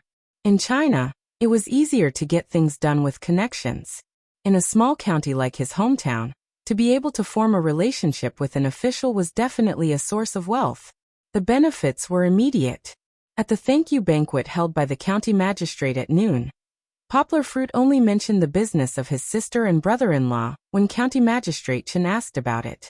County Magistrate Chen patted his chest and said, "Open a store? No problem, I'll get someone to pick a good store for you in the new trade city at the station." Therefore, before his sister and brother-in-law's business had even started, they had already developed from a purely online business to a two-pronged business, both online and offline. Let's not talk about whether the online store could make money. Just look at the Poplar Fruit at the station. There was a good store in the newly built trade city that sold everything for money. What's more, County Head Chen had taken the initiative to fight for low-interest loans to support small and micro industries, as well as the lowest shop rent. Everything happened too fast and too suddenly. Poplar Fruit still felt like he was in a dream. However, Poplar Fruit didn't want such a thing to happen again. That was because he was no longer alone. His every move affected the hearts of his entire family. Yesterday at the police station, he only saw his family when it was almost night time. His mother, who had been worried when she heard the gunshot, hugged Poplar Fruit tightly when she saw him. She was afraid that her son would be gone if she turned around. His sister also pulled Poplar Fruit to check on him with red eyes. She only relaxed when she saw that Poplar Fruit wasn't missing any parts. Not only was his family worried, but Poplar Fruit also couldn't hold back. He hugged Kiki, who had cried for a long time and finally fell into a deep sleep. His heart ached. He knew that when he wasn't by her side, Kiki needed her father too much. If something really happened to him because of the robbery, what would happen to Kiki? Kiki didn't have a mother and a father. How could she survive at such a young age? Poplar Fruit didn't dare to think about it. He just hugged his daughter and didn't want to let go for a long time. He Wenjua asked Magistrate Chen to keep the details of the case confidential, especially the information about him and Poplar Fruit. He Wenjua considered that on one hand his identity was special. On the other hand, he didn't know if these robbers had accomplices who went out to protect Poplar Fruit. He Wenjua hoped that fewer people knew about this matter. Poplar Fruit obviously didn't have any objections. He also didn't want this matter to cause an uproar and become the talk of the town. After returning home, his father, Yang Tai, asked about his well-being again. Poplar Fruit smiled bitterly as he fed Kiki milk and coaxed her to sleep. Then he closed the door and went to sleep. To be honest, after a big battle and a day and night of torment, Poplar Fruit was really tired. However, the physical tiredness was secondary. More importantly, he was mentally exhausted. He had been under a lot of pressure at the bank. After that, he didn't rest. He had been going through the procedures at the police station and chatting with the magistrate. It was only now that he could truly relax. He was physically and mentally exhausted. Ever since Poplar Fruit started practicing the internal martial arts, he hadn't been this tired. Therefore, he slept from 3 o'clock in the afternoon until it was pitch black outside. Poplar Fruit woke up because of Kiki's cries from the baby stroller that was laid flat like a cradle. In the dark, Poplar Fruit sat on the bed in a daze for a while. Only then did he completely wake up. He just had a dream. He dreamed that Lu DePeo, who was killed by him, Su Pan, who was injured and crippled by him, and Boss, who was actually alive and kicking, came running to him for revenge. Poplar Fruit showed his might and beat them away. However, in the end they actually snatched Kiki away. Kiki called out Daddy with all her might, but Poplar Fruit couldn't catch up to her no matter how hard he tried. Fortunately, Kiki was still there. Poplar Fruit carried Kiki in the dark. Kiki couldn't see her father clearly, but she could clearly feel her father's heartbeat and smell. She was very happy. Yanghua hugged her and kissed her fair and tender little face in a sentimental manner. In the end, his unshaven chin pricked Chi-Chi's cheeks again, causing her to cry out in pain. Poplar Fruit secretly said in his heart, "Kiki, don't be afraid. Daddy will definitely not let those bad people hurt you." Yes, No matter how vicious the criminals were, if they wanted to bully Kiki, they would have to step over Kiki's guardian, Poplar Fruit. Fruit, are you awake? Young Ping's voice came from the courtyard. She probably heard the sound of Kiki and Poplar Fruit playing. I'm awake, Poplar Fruit replied loudly. Since you're awake, then come out. It's time to eat. Su Jinfeng shouted loudly. Okay, I'll be right out. Poplar Fruit put on a small jacket for Kiki, then pushed open the door and carried her out. Why didn't you turn on the lights? Poplar Fruit was puzzled when he pushed open the door, but it was still dark. There's no electricity? Poplar Fruit walked towards the few dark figures in the darkness. He could vaguely make out the figures of his mother, sister, and father. Suddenly, their singing sounded in the courtyard. Happy birthday to you, happy birthday to you. What's going on? Poplar Fruit felt a bright light appear beside him. He turned his head and saw Yang Chongguan walking out from the side room with a big cake. Behind him was a bouncing little tail. There were many candles on the cake. The flickering candlelight illuminated the night and made it extremely warm. Today is November 13th? Poplar Fruit calculated in his heart. Today is my birthday. Poplar Fruit realized that he had forgotten that today was his birthday. However, his family remembered and even prepared such a beautiful birthday cake and celebration ceremony for him. Happy birthday to you. The birthday song was finally finished. His sister clapped and cheered. Fruit, happy 24th birthday to you. Everyone cheered too. Even Kiki was shouting and clapping her little hands. She didn't know what was happening, but she felt that everyone was clapping and shouting. The atmosphere was so happy that Kiki followed suit. Thank you, Dad. Thank you, Mom. Thank you, sister. Thank you, brother-in-law. Thank you, Jia. And Poplar Fruit smiled and kissed Kiki, saying, Thank you, my baby girl Kiki. Quickly make a wish and blow out the candles. Yang Ping walked up and carried Kiki over. Poplar Fruit felt extremely happy at that moment. He clenched his fists and murmured with his eyes closed, I'm 1 year older. In the new year, I hope that my family will be healthy and happy. I hope that Kiki can grow up happily and healthily, but don't grow too fast. Dad still likes your cute look, haha. I also hope. Poplar Fruit hesitated for a moment. A blurry figure flashed in his mind, but he still extinguished that impossible thought and continued. I hope that in the future, I can find a good girl who loves Kiki and me. Then I can hold her hand in Kiki's hand. Our family will never leave each other, and will continue to walk together.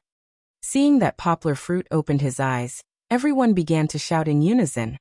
Blow out the candles, blow out the candles, blow out all of them. Kiki was also unwilling to be left out, so she followed along and shouted. 24 candles. So many. You guys. Do you think I can't finish blowing all of them? Poplar Fruit shouted mischievously. He took a deep breath, bent down and blew fiercely. Then from left to right, all 24 candles were blown out. Brother-in-law was the first to turn on the lights in the courtyard. The courtyard was suddenly lit up. Poplar Fruit squinted his eyes and saw the smiles on the faces of his family members. Kiki was still in a daze from the change of darkness to light. She tilted her head, looked left and right, and finally found her father. The most excited one was young Linjia. He pulled the corner of his mother's clothes and jumped, shouting excitedly, Eat cake, eat cake. Everyone was amused by this gluttonous child and burst out in laughter. Laughter reverberated throughout the entire courtyard. Even the resplendent starry sky could not hide the radiance of happiness. In another world shrouded by the starry sky, a small boat was speeding on the vast ocean. It was quietly drifting across the country's border under the cover of night. Along the way, it was daunting but not dangerous. Finally, it reached the waters of Vietnam. Suddenly, a head stretched out from the cabin. He looked longingly at the road he came from, even though it was also a boundless dark ocean. Smoker, what are you doing?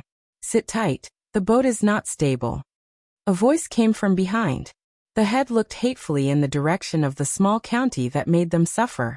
He swore in a low voice, Boss Big Pow, just you wait. I will definitely come back to avenge you. Everyone, use your votes to smash the poor. Greater than over equal to.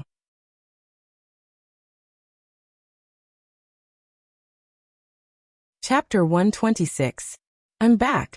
When he got home, Poplar Fruit carried Kiki and knocked on Song Jiwen's door. The door wasn't closed properly, so Poplar Fruit opened it. He walked in and shouted, "You're back." Song Jiwen poked his head out from behind the sofa and said weakly, "What's wrong with you?" Poplar Fruit took a few steps back with Kiki in his arms. "Are you sick? Why didn't you close the door?" He was worried that if Song Jiwen caught a cold, he would pass it to Kiki. "No, you're the one who's sick." Song Jiwen didn't even bother to roll his eyes and said in a low voice. Then he fell back onto the sofa. "What's wrong with you?" Since he wasn't sick, Poplar Fruit was relieved. He carried Kiki to the front of the sofa and sat on the coffee table. He looked at Song Jiwen and asked. Poplar Fruit finally saw how dispirited Song Jiwen was.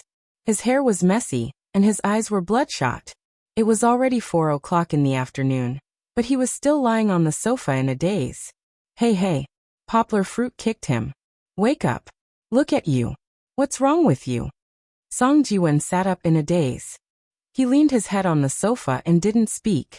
Poplar Fruit walked around the living room with Kiki in his arms. He said, "Why are you so dispirited now? Don't tell me you're heartbroken like me. That's not right. Weren't you the one who broke up?" The breakup Poplar Fruit was talking about was a few days ago. At that time, when he was still in his hometown, Song Jiwen called and said that he had broken up with Xiao Yao. On the phone, Song Jiwen was very happy, as if he had gotten rid of a heavy burden. Song Jiwen had long wanted to break up with Xiao Yao. Song Jiwen and Xiao Yao had been dating for more than half a year. This was something that Poplar Fruit found hard to believe. In the past, when he was chatting and joking with Song Jiwen at home, Poplar Fruit would tease him and ask if he had turned over a new leaf. Song Jiwen had never been in a long-term relationship before. The girlfriends he had been in before were only together for 2 to 3 days, and no more than a month. Some girls could even be described as sex friends. He was a womanizer. When they were in university, Song Jiwen once declared after getting drunk, "Before the age of 28, I won't consider marriage or long-term love." But this time, he and Little Demon had been together for half a year. It was a miracle among miracles. 2 months ago, Song Jiwen finally couldn't help but tell Poplar Fruit the truth. So he had wanted to break up with her for a long time. However, facing Xiao Yao, he swallowed back the words that were about to come out of his mouth several times. This girl was too innocent. If he broke up with her like this, it would only hurt her badly. Although Xiao Yao usually dressed very kawaii and liked to speak softly and coquettishly, that was only because she had watched too many cartoons in Nihon country. She was a little brainless. She was a typical post-90s girl, although she was actually born in the late 80s. She was playful, had a personality, and had a very unique way of thinking. However, Xiao Yao was a very pure girl. When she was with Song Jiwen, she was still pure and was very conservative about relationships. Other than the fact that she was influenced by anime, she was really like a blank piece of paper. Her heart was very pure, and she believed that everything was beautiful. Therefore, as a public kindergarten teacher, she was especially liked by children and parents. Song Jiwen really didn't know how to break up with such a girl. Xiao Yao wanted to stick to him all day long. Song Jiwen was a little tired of it, and wanted to find a new passion. However, he was worried that if he broke up with her, this crystal-like girl would be smashed into pieces again. Therefore, the two of them were entangled for half a year, until Xiao Yao said that she wanted to deepen the relationship between the two of them. She planned to change to a job closer to here, and then move in with Song Jiwen. Song Jiwen's character couldn't be restrained. He wanted to live a single life, but he was unwilling to be lonely and wanted to pursue excitement. This time, Xiao Yao really scared Song Jiwen. He couldn't delay it any longer. If he delayed it any longer, wouldn't Xiao Yao be insatiable and propose to him? Song Jiwen decided to cut the Gordian knot and settle this matter as soon as possible, so that he wouldn't delay this good girl. He found an opportunity to ask Xiao Yao out and officially break up with her. Poplar Fruit didn't know what the situation was like at that time. Perhaps Xiao Yao was heartbroken and even begged, but Song Jiwen was really determined to break up with her. Being trapped by love like this wasn't Song Jiwen's style, right? For so many years he had dumped so many girls, but he had never seen him so sad and haggard. Poplar Fruit asked doubtfully. Don't tell me you only remembered to cherish her after losing her? Since you can't bear to part with her, why don't you get Xiao Yao back? She's gone, Song Jiwen said in a low voice. His eyes were silently dripping with tears. Gone? Where did she go? Poplar Fruit asked, puzzled. She didn't go anywhere. She's dead. She's gone. Song Jiwen shouted impatiently. Dead. Dead. Poplar Fruit was shocked. He couldn't believe this fact. A person was fine. How could she be gone? After asking for a long time, Poplar Fruit pieced together the whole story from Song Jiwen's intermittent responses. It turned out that after Kitten went home crying that day, she called Song Jiwen more than 10 times, but Song Jiwen didn't pick up. The next day, Kitten went to work. She didn't sleep the whole night and was thinking about something. She walked on the street absent-mindedly. Suddenly, she was hit by a car that ran a red light. She was sent to the hospital, but Xiao Yao wasn't saved. She might not even have the will to live. Song Jiwen couldn't speak clearly. He covered his face and choked with sobs. If I didn't break up with her, this accident wouldn't have happened. Maybe she could have held on a little longer. Maybe she could have survived. Song Jiwen fell into deep self-blame at this moment. He repeated over and over again. If we didn't break up, she wouldn't have died. Poplar Fruit sat beside him and put his arm around his shoulder. He wanted to comfort him, but he didn't know what to say. Thousands of words came out of his mouth, but they became a dry sentence. Mosquito, it's not your fault. Song Jiwen looked back at Poplar Fruit and said, Lao Gua, if you say it's not my fault, do you believe it? Yes, Poplar Fruit didn't believe this sentence himself. If he put himself in Poplar Fruit's shoes, he would also take the blame. This could be seen from Wu Yu's difficult labor. He was still guilty of Wu Yu's death, although this guilt had slowly faded because of his fatherly love for Kiki. How could Poplar Fruit persuade him? He could only rack his brains and come up with different ways to tell Song Jiwen that Xiao Yao's death was already a fact. No matter how regretful he was, no matter how sad he was, he couldn't bring Xiao Yao back to life. Poplar Fruit was worried that Song Jiwen would fall sick from grief because of this, or even sink into depression. What you should do now is to change yourself. Don't treat relationships as child's play. In the future, you have to treat everyone who loves you seriously. Let Xiao Yao see you in heaven, and feel a little gratified. Poplar Fruit said earnestly. At this moment, Song Jiwen's dim eyes seemed to have a bit of life.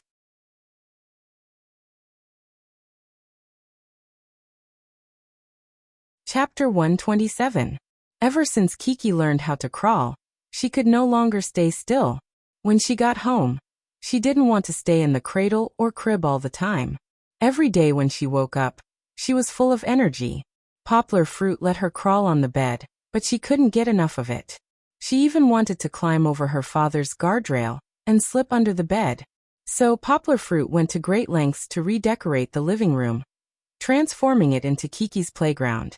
First, he used a combination of cabinets and boxes to separate the living room and the dining room. Adults could step over the boxes to reach the kitchen and bathroom, but Kiki couldn't. The large cardboard box filled with heavy sandbags was an insurmountable mountain for Kiki. Next was the carpet. The weather was getting a little cold, so it wasn't a good idea to let Kiki crawl on the slippery tile floor all the time. So, Poplar Fruit bought a pure wool carpet that was big enough to cover the entire living room. It was said that it was made by Persians. Whether or not it was just to trick Poplar Fruit didn't know, but the carpet was very expensive. The whole Poplar Fruit spent almost 10,000 yuan. Poplar Fruit didn't care if his card was emptied because of the carpet. Instead, he felt that the money was well spent, because the carpet was not only soft and comfortable, but also a little elastic. Even if Kiki learned how to walk in the future, she wouldn't feel pain if she accidentally fell down. In addition to the carpet, Poplar Fruit also bought a lot of cotton pads, and the protective pads were of good quality. They were filled with thick and soft cotton, not with inferior plastic and foam. Using these cotton pads, Poplar Fruit covered all the corners and even the edges of the house, including the coffee table and the legs of the table and chairs. After all, Kiki was still young, And Poplar Fruit was worried that Kiki would accidentally bump into something when she crawled. It took Poplar Fruit an entire day to get these things done. Of course, Song Jiwen had helped a lot. She did not know if this guy had really walked out of the shadow of the incident with Xiao Yao. It seemed that he had become less decadent this weekend. Moreover, he looked very energetic in his polo shirt. To be honest, there was a reason why Song Jiwen was able to fool around. The Song family was full of handsome men. Song Jiwen's father, Song Chunfang, still looked very charming even though he was middle-aged. Song Jiwen had inherited his father's good qualities. He was known as the most handsome guy in the university. Although Poplar Fruit had surpassed her, that was only because of her figure and height. In terms of face, Song Jiwen was still better. Therefore, when Poplar Fruit and Song Jiwen walked out, they were two handsome men. It was just that one was a little taller, and the other was a little shorter. One was dressed inappropriately while the other was very tasteful. Of course, the one who was dressed inappropriately was Poplar Fruit. Other than Givenchy, Poplar Fruit did not have any set of clothes that could be considered fashionable. Although he was rich, he did not change his mentality of being poor. However, there was an advantage to being tall, and that was that you looked good in anything. Even if it did not match, a pair of long legs was enough to attract people's attention. Today, it was all thanks to Song Jiwen's help that Poplar Fruit was able to buy so many things back. Later on, the carpet was also laid out with his help to move the cabinet and sofa. However, Song Jiwen had something to do at noon, so he left first, leaving Poplar Fruit alone to pack the cotton pads. After lunch, the rough renovation of Kiki's amusement park was completed. Although it was called an amusement park, it was just a venue. There was no entertainment. In order to make Kiki happy, Poplar Fruit even took all of Kiki's toys down from the bed. The toys were given by guests who came and went. The old neighbors Lu Gillen and his wife, the old leader Du Ronghui, Uncle Jean, and Xinda Xiaodehua. When they came to Poplar Fruit, they would bring some gifts for Kiki. Most of them were toys. Duan Xueqing had also given her gifts once.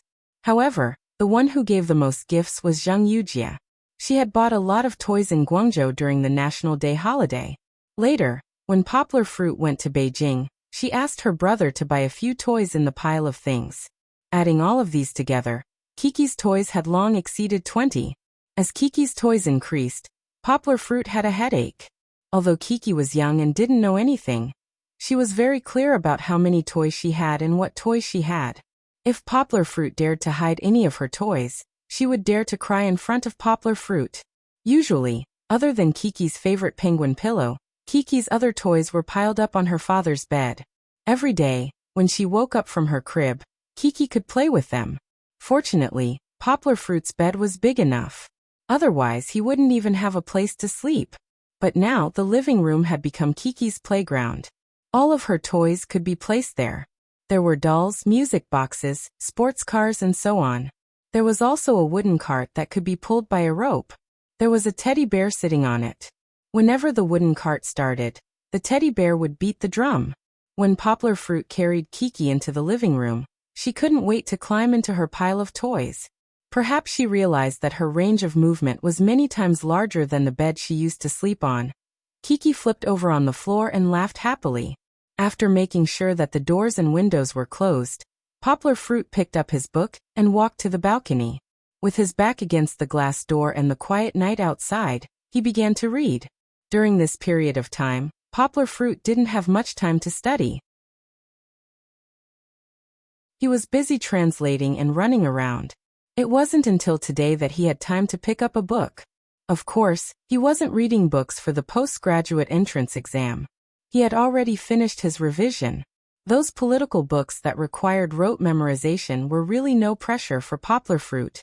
Poplar Fruit was now learning a new language, Russian, which had a population of 300 million people. This language had a very long history. In the early days, it was hieroglyphics. Later, it was influenced by Greek and Latin characters and slowly became what it was today. The Cyrillic alphabet wasn't like other European and American languages, which more or less had a similar origin to English.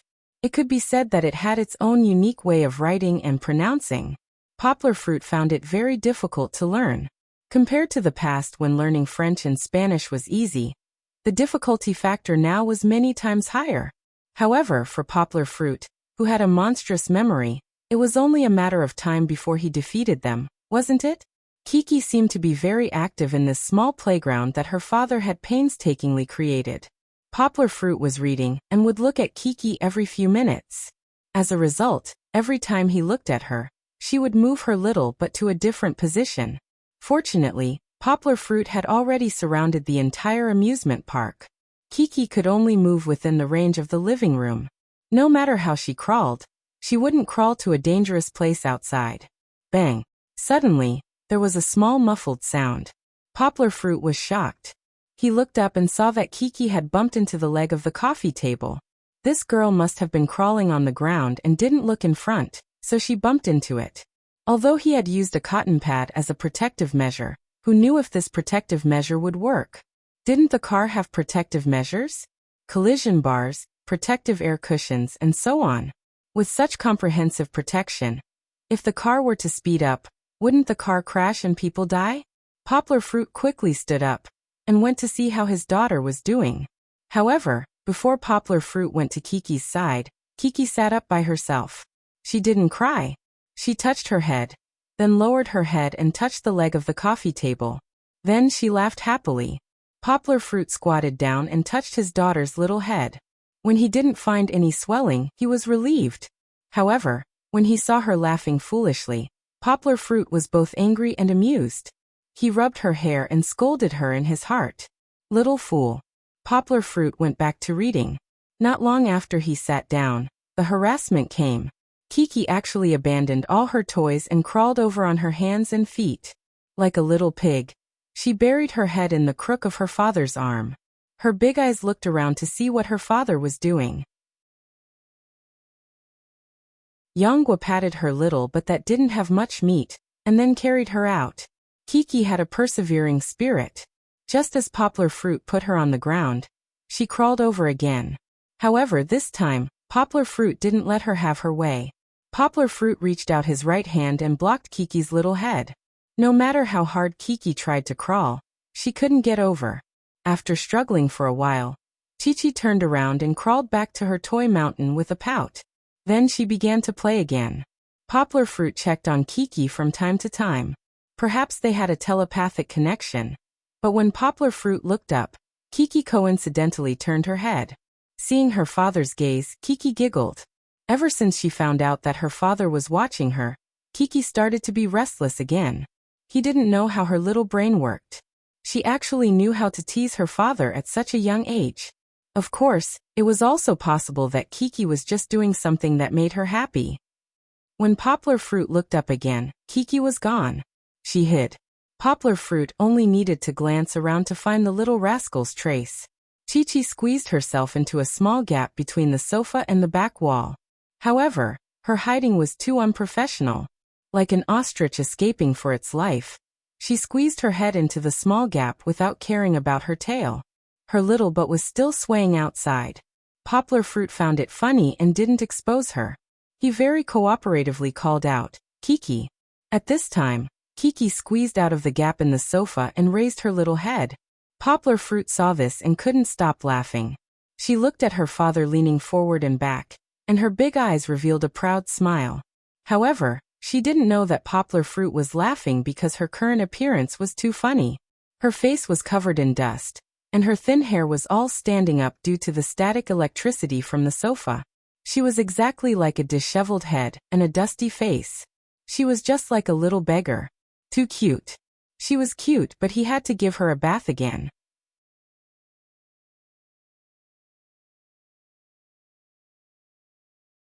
Chapter 128. Before taking a bath, Poplar Fruit still had one more thing to do, and that was to feed Kiki rice paste. Otherwise, it would be sticky after the bath. Poplar Fruit had returned to his hometown, and his mother had taught him how to make rice paste. When Poplar Fruit learned that babies at this age had to eat rice paste as a supplement, he was sweating profusely. He had always thought that babies only drank milk when they were breastfeeding. In fact, when Kiki was 6 months old, Poplar Fruit should have made some supplement food for her every night. On one hand, Supplement food could supplement the baby's nutrition.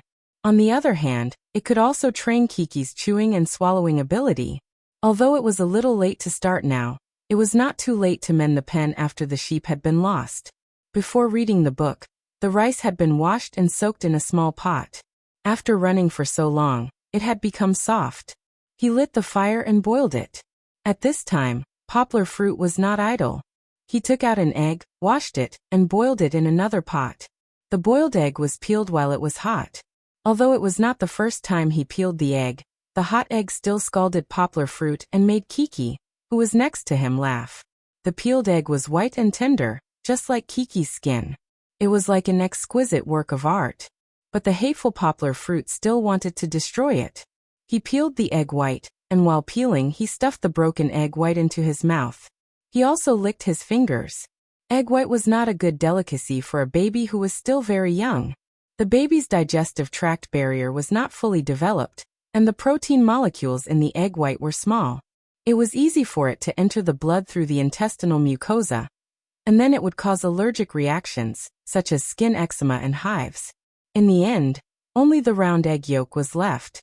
Poplar Fruit did not even let go of the egg yolk. He peeled the egg yolk, put half of it into the bowl, and ate the other half. Kiki had just eaten supplement food, and there was too much egg yolk, which was not easy to digest. Poplar Fruit used a spoon to crush the remaining egg yolk into a paste, and put it in a bowl to wait for the rice in the pot to cook. It was not enough to cook it into porridge. Poplar Fruit simmered it slowly for a long time. When he and Kiki were so hungry that their stomachs were growling, the porridge was soft and soft. This was called rice paste. The Young family's rice paste was made with a special recipe, which was egg yolk paste. Although it was said to be a special recipe, it was just Poplar Fruit for his own entertainment. This way of eating was everywhere. Poplar Fruit scooped the egg yolk out of the bowl and into the pot. Then he poured in the milk and shook it slowly.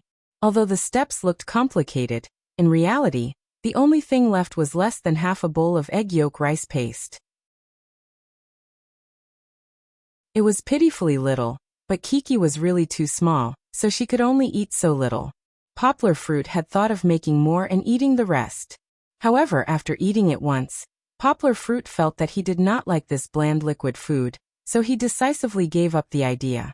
While waiting for the boiling rice paste to cool down, Poplar Fruit heated up the leftovers from lunch. After the food was heated up, the rice paste could be fed to Kiki. Feeding Kiki rice paste was a long tug-of-war. Now that Kiki had tasted it a few times, she finally understood that rice paste was edible. It was not like the first time she tried it. She closed her mouth and refused to open it. In the end, the rice paste was all over her mouth and face, but she still did not eat it.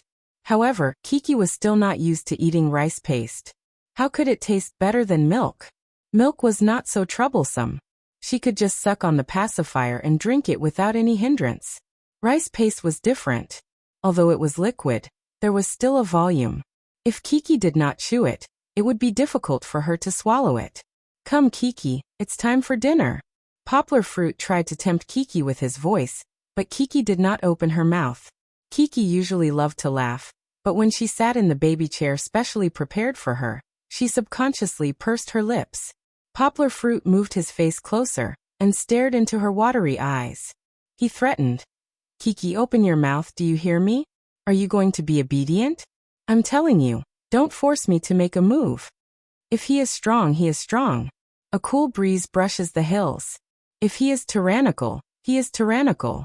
The moon shines over the river. Kiki seemed to understand these two proverbs. No matter how Poplar Fruit threatened her, she did not open her mouth. I'm really going to make a move. You're forcing me. Poplar Fruit said fiercely.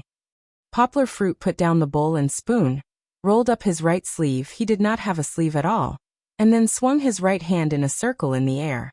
After swinging his right hand in a circle, he put his hand in his trouser pocket and took out his phone. Finally, he plugged the phone into a small speaker next to him. Poplar Fruit snickered and snapped his fingers. He shouted, "Music!" A pleasant piece of music came out from the speaker of the small speaker. Chi-Chi immediately became spirited. She turned her head and focused all of her attention on the small speaker that was emitting the sound. Her ears perked up. and she listened carefully without missing a single word. Kiki loved listening to music the most. No matter if it was light music or songs, no matter if it was children's songs or pop songs, as long as the melody was beautiful, she would listen to it all. Moreover, when Kiki was listening to music, she was very engrossed. No one could disturb her. It could be said that she would not be moved even if the mountains collapsed and the earth cracked.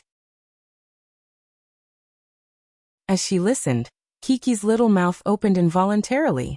Poplar Fruit, whose evil plan succeeded, touched his chin with a sly smile. Then he used Kiki's little spoon to scoop up some egg yolk rice paste and gently put it into Kiki's mouth.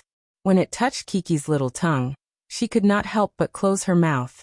This way, when Poplar Fruit pulled out the spoon, Kiki had already put the egg yolk rice paste into her mouth.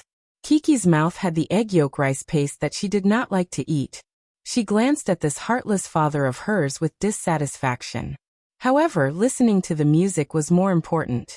Kiki was a magnanimous person and did not bicker with her father. Her little mouth pouted and moved up and down for a while before she swallowed it. Poplar Fruit picked up his food and sat at the side to eat. When Kiki opened her mouth, he immediately fed her another spoonful of soup. Just like that, Kiki ate almost half of the egg yolk rice paste quite quickly. However, Poplar Fruit then thought that if this continued, would Kiki be as absent-minded when eating in the future? Thus he got up and turned off the music. This time Kiki was unhappy. She pouted her little mouth and refused to open it. Poplar Fruit racked his brains before he finally let her take a bite. After that bite, Poplar Fruit immediately played the music as a reward. The music only played one xiao duan before Poplar Fruit paused it again, ignoring Kiki's tantrum. He waited until Kiki ate the egg yolk rice paste before he was willing to put down the music. Although it took more than an hour to finish this small bowl of egg yolk rice paste, Poplar Fruit wanted Kiki to understand that if you want to get, you have to give. No, Poplar Fruit actually did not think that far. He only wanted to cultivate Kiki's habit of taking the initiative to eat. Everyone, use your votes to support the poor. Greater than over equal to.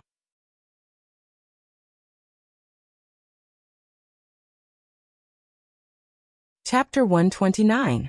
Ever since Kiki started to grow teeth, Poplar Fruit began to take the trouble to check on her every day. He wished he could take a ruler and make notes for Kiki every day. Later, Song Jiwen couldn't stand it anymore. Whenever he saw Poplar Fruit showing signs of opening Kiki's mouth, he took 2 spoons from the kitchen and rushed over. He wanted to use the spoons to pry open Poplar Fruit's mouth and let him have a taste. It had been more than half a month since the press conference in Beijing.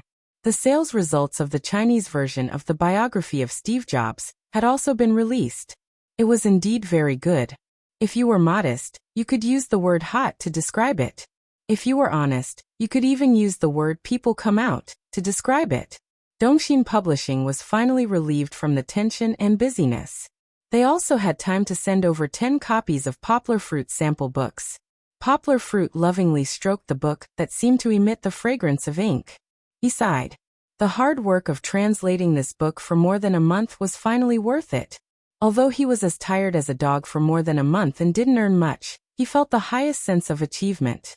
Poplar Fruit didn't keep these 10 copies of the sample books for himself. He sent one to his family. Although they couldn't understand it, it was still an achievement for him. He wanted them to share this happiness. Poplar Fruit sent 2 copies to Yao Dehua, who stood out to support him when he was at the heart of the struggle. He also sent 1 copy to Duan Xueqing and Song Jiwen. He also sent 1 copy to his basketball buddy, Uncle Su Kaijin. Uncle Su Kaijin was a cadre in the Department of Education. He had been promoted recently, and could now be called Director Su, although he was only a deputy director. After becoming a deputy director, Uncle Su Kaijin didn't have much time to play basketball with Poplar Fruit. However, the relationship between the 2 families was very good. Poplar Fruit also visited him often. Once, when Poplar Fruit talked about the book he had translated being published, Uncle Su Kaijin laughed and scolded him for not bringing over a copy of his published book. So when Poplar Fruit received the book, he sent it to Uncle Su Kaijin.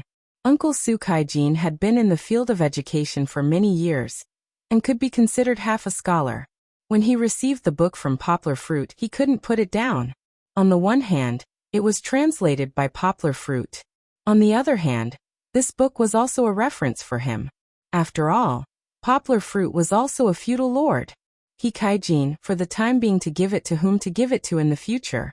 The sales were booming, but at the same time, there were some disputes about the translation of the book. The most discussed topic was still the farewell love letter. Countless literati and poets rolled up their sleeves and went into battle. Translated versions of various styles and genres were hot on the internet. However, these could not hide the brilliance of Poplar Fruit. Very soon, the debate was drowned by the tide of good reviews.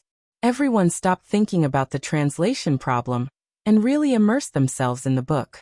Through Poplar Fruit and the others, they built a bridge for everyone to understand the legend of Steve Jobs, who was not known to others. Poplar Fruit's heroic appearance at the press conference not only increased his Weibo fans by hundreds of thousands, but also brought him some unexpected interesting things. For example, Poplar Fruit received many invitations to film and film shows. Of course, they were only movies and shows that were not famous. He had not even heard of the director's name. Of course, Poplar Fruit rejected them. He had no intention of stepping into the entertainment industry. Now he just wanted to be a handsome man quietly. That was a digression. After becoming famous, Poplar Fruit also received many calls for interviews. In the end, he rejected most of them and only accepted interviews from Yangqing Evening News and Tungsun News Network. Yangqing Evening News mainly wanted to understand the process of Poplar Fruit's translation of the book and some of Poplar Fruit's thoughts. As a state-owned newspaper, their interview was standard, and the final report was also standard. Poplar Fruit bought the newspaper to read. After flipping through it for a long time, he saw his own report in a small tofu block at the bottom right corner of page A5. It was less than 300 words. Poplar Fruit could only laugh at the shabby Yangqing Evening News Network. At that time, he chose Yangqing Evening News mainly because it was one of the most influential newspapers in the city where he lived. However, he did not expect it to be so small. It was so small that a non-professional news portal was better than it. Yes, Tungsun News Network had indeed shown a lot of sincerity. Not only were they well prepared for the reporters, but they also sent a professional photography team. They were also planning to make Poplar Fruit's news into a new program. Yes, this program was newly planned by Tungsun's news department. It was called A Day in China. It was different from reality. This news program was led by pictures and supplemented by text narration. It was designed to provide Chinese netizens with a platform where they could freely express their emotions and find resonance. This program did not need reporters or interviews. Instead, it solicited a wide range of manuscripts. Only then could the authenticity of this program be reflected, because only the people and things that really happened around them could make people feel emotional. However, they still needed to send reporters to interview this program in the early stages to make a name for themselves. Only then could they receive quality pictures. Poplar Fruit had provided them with excellent material. First of all, Poplar Fruit was a young man who had graduated more than a year ago. It could be said that he had not stepped into society for a long time. Young people at this stage should be young and inexperienced. They should still be facing society and their own future in a daze. They should still be receiving training and setbacks from their previous jobs. However, Poplar Fruit was different from most people. He had already walked his own path. Although it was not glorious, he had achieved a lot. He could earn more than 100,000 yuan a month as a fledgling. Such a news gimmick would definitely attract a lot of clicks. Poplar Fruit did not have any objections to Tungsun wanting to film his daily life. However, he put forward a condition, and that was to advertise Xindao Translation Company in his report. Or rather, it could be said that it was product placement. After some discussion, Tungsun agreed not to use the words XX Company to replace the name of Xindao Translation Company. Poplar Fruit did this to return the favor. He did not want to owe others a favor. Yao Dahua had done him a favor, so he had to seize the opportunity to repay him. Tungsun was not doing a losing business. They had obtained Poplar Fruit's permission to temporarily stay in Poplar Fruit's house and learn more about Poplar Fruit's daily life. Of course, They were not allowed to report many private matters. The reporter who interviewed Poplar Fruit was called Dong Run. He was not simple. He used to be the head reporter of a newspaper. Later on he jumped ship to Tungsun. Dong Runsu was known for his unique vision. Under his digging, the unknown side of Poplar Fruit was peeled off layer by layer like an onion. Everyone, use your votes to support the poor. Greater than over equal to.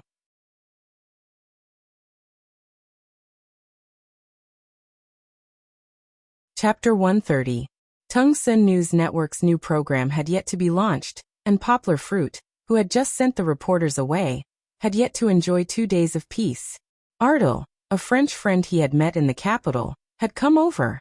When he was in the capital, Poplar Fruit had promised Ardal to be his model, and let him design a set of men's fashion. He had not expected Ardal to be so impatient. They had not even been apart for a month, and he had already rushed over from France.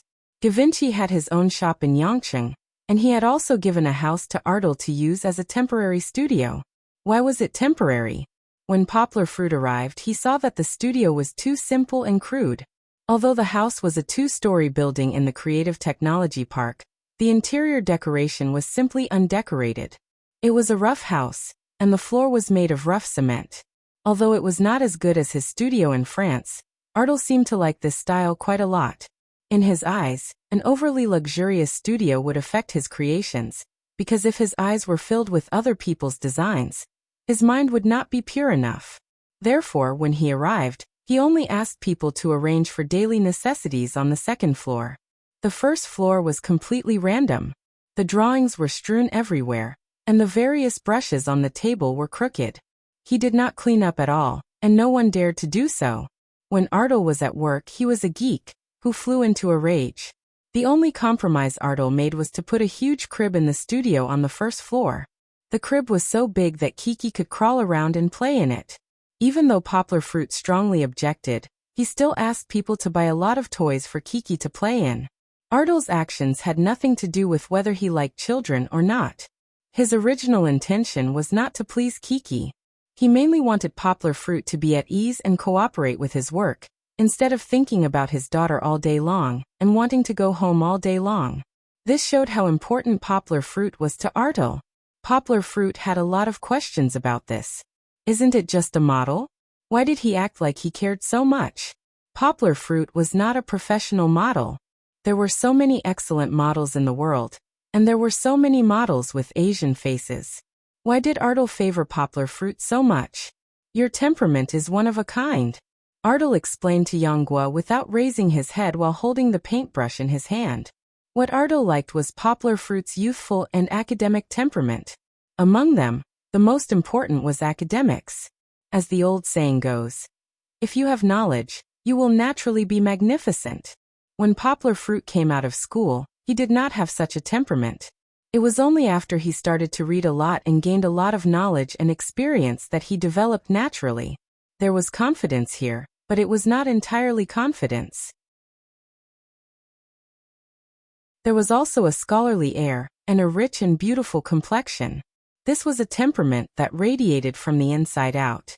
If one was not an industry leader or a leader in the field, it was impossible to fake it. However, to reach such heights, how many people could have the youthful vitality of Poplar Fruit? How many people could have the almost perfect figure of Poplar Fruit? In fact, most of the people who fell in the academic field were crooked, weren't they? Looking for the best among them to be good-looking was like looking for a needle in a haystack. Ardal knew that although China was the most developed country in Asia, more and more people had received education. Among them, intellectuals had gradually gained the upper hand. These people were the mainstream consumers of the Asian fashion industry. If one wanted to make good works that would sell well and win awards, the key was to cater to their tastes. There was a strange way of thinking in the fashion industry. They did not consider what kind of fashion the audience wanted. Instead, they told the audience what kind of fashion they should follow through a group of people who were the most knowledgeable about fashion and the most creative new styles. There were pros and cons to this way of thinking. The pros were that they were the ones who truly understood fashion, not the outsiders guiding the insiders. The cons were that it was easy to cause the so-called fashion to be greatly separated from reality. It was like some abstract paintings. How could a work of art that others could not understand be called a work of art? A long time ago, Ardal had some ideas. After seeing poplar fruit, his ideas finally took shape. That was to use his own understanding and the potential needs of the market to design a real fashion that belonged to Asia. Yonggwa was very important to Ardal because he was the source of Ardal's inspiration. At the same time, he also represented a limit. Ardal's inspiration couldn't run wild like a wild horse. Everything had to be kept within a limit. But poplar fruit was not very important to Ardal, because most of the time, Ardal sat in front of his big table with a pen in his hand. His eyes were looking at the drawings, but his mind was drifting somewhere else. Poplar fruit was only useful when Ardal needed to organize his thoughts and make gestures to design clothes. So he felt very awkward. He could not go anywhere else, so he could only wait in this house for Ardal's call. So poplar fruit simply moved his own laptop into the house. When Ardal needed it, he would stand up and let him play with it. When not needed, poplar fruit would sit next to him, doing his own translation, or playing with Kiki. Poplar fruit felt that this kind of cameo was quite strange. When Kiki was there, it was inevitable that she would be a little noisy. She would laugh when she was playing, and yell when she was unhappy. There was even one time when poplar fruit took a little longer to go to the bathroom. Kiki, who was playing with her toys, could not find her father, and cried loudly. After spending some time with Ardal, poplar fruit found that Ardal's temper was very strange. Not only was he anxious and irritable, but he was also fussy about many details, but he did not care about trifles in life. But no matter how noisy Kiki was, Ardal did not show any impatience. His tolerance for poplar fruit and Kiki was incredible, even to his assistant. But Song Jiwen did not have this kind of treatment. He excitedly waved his phone and ran to poplar fruit. As soon as he entered the house, he yelled, "Lao Gua, you're on fire!" His unrestrained voice immediately attracted the anger of Ardal. Ardal, who was pulling his hair in annoyance, immediately waved his big broom and used his ultimate move. "I'll chop your face until it's full of peach blossoms." Before Song Jiwen could say another word, he threw him out. Poplar fruit was on fire. After a few days of production, Tungsun finally released the first episode of A Day in China. A large number of pictures, accompanied by emotional words, depicted the track of poplar fruit's day in detail. In fact, his life was very ordinary. But Dongrun's unique vision and the photographer's ingenious angle of shooting vividly reflected poplar fruit's self-discipline, gentleness, and love. In this set of pictures, they also prepared content that would interest different audiences. The young couple, who were still struggling to find a house, saw poplar fruit carefully raising their daughter, and the child's healthy and happy growth. They understood their expectations for the fruit of their love, and they became more determined and harmonious to build a warm home. The university students, who were muddling along in school day after day, saw poplar fruit's difficult life after graduation, and after having a child. They understood that happiness could not be obtained simply by daydreaming. They cherished their time more, and put in more effort to pursue their own futures. The blue-collar and white-collar workers, who were already working but gradually lost their direction in life, saw poplar fruit's unique path and success. They understood that a person must have their own ideals. Perhaps they would also dig out the dreams they once harbored in their memories, and take advantage of their youth to give themselves a chance to pursue their dreams. Even more people were able to share Yonggwa's happiness from this series of photos. Even if they didn't understand anything, their lives that day had a little more radiance. They would smile at the people around them, even strangers. They would pass on this happiness to others. Of course, the effect that poplar fruit wanted was also achieved. Those who were interested in English or translation, regardless of whether they were professionals or not, could all see that poplar fruit's high income came from the translation tasks of Cinda Translation Company. Poplar fruit, a young man who had just left school for more than a year, could earn more than 100,000 yuan a month. Why couldn't they? It was just a name placement, but the advertising effect was already very effective. Because of this news, more and more people started to learn more about Cinda Translation Company. That was enough. Cinda Translation Company was really good. They had a huge market and customer resources, a reasonable and tiered salary system, and an excellent operation team and mentor group. Through Cinda Translation Company's platform, both amateur and professional translators could get what they wanted: training and remuneration. On this platform, as long as you were willing to work hard, you would definitely earn money.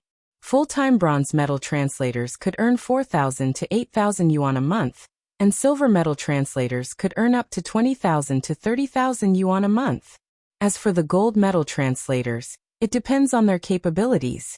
Normally, 50,000 renminbi a month is the lowest salary for a gold medal translator.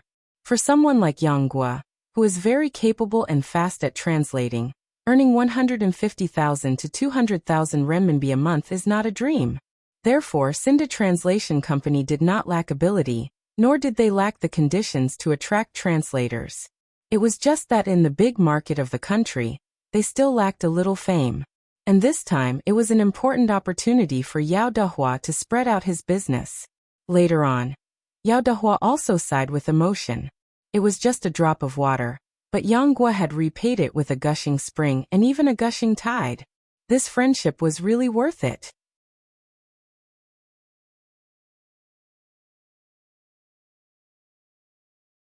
Chapter 131. Poplar fruit became popular for a while because of the news. Not only did the number of his Weibo fans soar again, but it also showed on his mobile phone. During that time, Poplar Fruit's mobile phone was almost exploding with calls. All kinds of advertisement invitations and interview requests flooded in. Within 2 days, Poplar Fruit had charged his mobile phone 10 times. This was an iPhone with a long standby time. 10 times. It was obvious how frequent the calls were. In the end, Poplar Fruit couldn't stand it anymore. He took out his SIM card and threw it into the sewer. He changed his SIM card and only gave his phone number to his family and friends. Only then did he finally have some peace. He couldn't go home for the time being, so he packed his things early and moved to Ardal's studio. He ate and slept with him. Of course they shared a different bed. It could be considered as a small support for Ardal's work. During this period of boredom, Poplar Fruit taught Kiki a few new words. This allowed Kiki to learn more expressions. For example, when they were eating, if Poplar Fruit deliberately moved the milk bottle away, Kiki would anxiously say, "Eat, eat, eat," to call back her unscrupulous father's hand. For example, when she wanted something, Kiki would shout, "Yes, yes." Poplar Fruit would often tease her. "What do you want?" Kiki would be so anxious that her little face would twist. There were also other words such as mama ma. Kiki's pronunciation was not very accurate. Uncle, brother, grandpa, and so on. One interesting thing was that Poplar Fruit actually taught Kiki to say grandpa in French. Pear. When Kiki shouted this word in front of Ardal, although it was not accurate enough, Ardal's gloomy face, which had been gloomy for several days, suddenly became as cold as ice in early spring. It was as if the ice melted under the sun, and a smile bloomed on his face again. The reason why Ardal's face had been gloomy for several days was that he had encountered a bottleneck that was difficult to break through. He wanted to make a breakthrough by designing clothes for Poplar Fruit. But after a few days of hard work, he realized that he had taken it for granted. Yes, he did have a lot of inspiration because of the Poplar Fruit, but these inspirations were actually influenced by his artistic education and his own design ideas over the years. They either lacked creativity or were too innovative, but the effect was not satisfactory. Poplar Fruit didn't know much about fashion. He thought that the clothes designed by Ardal were beautiful enough, but Ardal still took the trouble to redo them. Many of the finished clothes were cut by him. It's a bit wasteful. Poplar Fruit sometimes looked at the basket of discarded works and couldn't help but complain in his heart. It didn't matter what Poplar Fruit thought. For an artist, if he wasn't satisfied with his own work, how could he expect others to be satisfied? So Ardal fell into an infinite dilemma. He sat in front of the workbench all day long with his chin in his hands. His white hair was almost pulled out by him. When he was in a bad mood, it would also affect his appetite. When Poplar Fruit first came, he made Chinese food for Ardal several times. Ardal was full of praise and ate without caring about his image. But now he couldn't eat anything. He left in a hurry after eating a few pieces of bread. This state lasted for more than a week. At that time, Ardal began to doubt himself. Can I still design good works? He even had the thought of giving up. It was the magical Kiki that changed him. At that time, Poplar Fruit was holding Kiki on the first floor. He wanted to bring Kiki to Ardal and make him happy. Kiki's arrival also freed Ardal from a large number of manuscripts. The old man stood up and kindly wanted to hold Kiki. Poplar Fruit held Kiki across the table. Because of a moment of carelessness, Kiki's little feet touched the black paint on the table. Then Kiki's little feet dragged all the way, leaving black spots and thick traces on the white drawing paper. Oh, I'm sorry. Poplar Fruit was shocked. He picked up Kiki again and hurriedly cleaned up the table for Ardal. In a panic, he apologized to Ardal in Chinese. Don't move. Ardal suddenly said excitedly. I'm sorry. I accidentally dirted your paper. I'll clean it up for you right away. Poplar Fruit finally switched back to French this time. No. Ardal protected the paper like a mother hen protecting her chicks. I think I've got an idea, he said. Don't make any noise. Poplar Fruit was stunned. He hurriedly carried Kiki to the side. He looked down and saw that Kiki, who was very active, had used her little black feet to draw a few black ink marks on his clothes. Poplar Fruit didn't know whether to laugh or cry. Well, his clothes were ruined. Ardal was still staring at the drawing paper in a daze. Poplar Fruit carried Kiki to the bathroom to wash off the paint that was still on her feet. Poplar Fruit anxiously walked out with Kiki in his arms. Suddenly, a black shadow rushed over. Poplar Fruit couldn't help but want to throw the shadow away with Tai Chi. Fortunately, he saw clearly that it was Ardal. Ardal happily ran up to Chi-Chi and kissed her on the cheek. He held Poplar Fruit's empty right hand and said happily, I figured it out. I figured it out. As he said that, he dragged Poplar Fruit to the front of the workbench and pointed at the drawing paper to show it to Poplar Fruit. Poplar Fruit calmly pulled his right hand out and carefully looked at the drawing paper that Kiki had just ruined. The black marks were still there, but they weren't as messy as before. Ardal must have added some dots and new marks. Just like the finishing touch, the drawing had become very beautiful. Poplar Fruit didn't know what was so beautiful about the drawing. He only felt that the pattern formed by the combination of black dots and lines exuded a generous and elegant charm. This, Chi-Chi squeaked. This was her way of showing her father what she was doing. Kiki pointed at the drawing proudly, as if she was telling her father that it was her masterpiece. Poplar Fruit ignored her. He smiled at Ardal and said, Congratulations, Ardal. I think you've found the feeling of this design. Ardal laughed and said, No, I have to thank Luochi. Kiki's nickname was very awkward in his pronunciation, so he called her by her name. She gave me the inspiration. It turns out that ink painting style is the best way to show the temperament of a scholar. This was just a sketch, and the real design had just begun. However, with a breakthrough, Ardal progressed very quickly. It only took 4 days for the design of the clothes to basically take shape. Poplar Fruit's fitting also made Ardal very satisfied. Poplar Fruit didn't mind the trouble. He went to Yangcheng to take a few sets of street photos for Ardal. He also took a lot of photos for the promotional material of the clothes in the future. This time, the cooperation between the two lasted until the middle of December.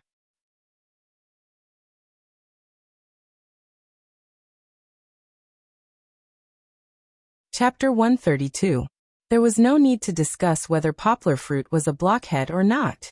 Perhaps it was because he spent too much time on Kiki that he became very slow when it came to relationships. Don't worry too much. He has always been like this. Love just needs to wait patiently, and everything will come naturally. Duan Xueqing thought in her heart. Sometimes she would imagine a happy future with Poplar Fruit. In Duan Xueqing's imagination, there was the most romantic wedding there. It was every girl's dream to have a beautiful wedding. In this aspect, Duan Xueqing had a unique advantage. Because she had money. She didn't need Poplar Fruit to work hard to make money. With her private money, it was enough for her to book the beautiful Bali Island. In her imagination, she was wearing a white feather wedding dress, and Poplar Fruit was wearing a handsome suit. Poplar Fruit was holding her hand, and the two of them slowly walked across the wooden bridge covered with a red carpet. Next to them, their friends and relatives were driving boats, rippling on the crystal-clear sea, and scattering red rose petals along the bridge. At the end of the bridge, in the middle of the sea, there was a beautiful artificial island. Her dear father and mother were standing there to welcome them. There was also an amiable priest, who would read the vows to Poplar Fruit and her under the arch full of white lilies, and all the relatives and friends present would witness and bless their happiness. Duan Shiweqing would also imagine their future life, which must be full of sweetness of love. Yes, they didn't need to be spectacular, they didn't need the attention of the world, and they didn't need to have a great career. As long as the two of them could hold hands and grow old together, that would be enough. Their life must be full of poetry. In the morning, she was woken up by a kiss from her husband. For breakfast, it was porridge that he cooked with love. Work was counting the time and waiting to see him as soon as possible. When she came home from work, she was hugged by a big hug and a hug that she could talk about her hard work. Dinner was a romantic candlelight dinner. Taking a stroll was holding hands under the starry sky. In the last night, it was the shyness of love. It must be such a wonderful thing to be with the person you love. Duan Shiweqing only needed to imagine a little bit to fill her heart with sweetness and brighten her mood. Everything she saw was blissful.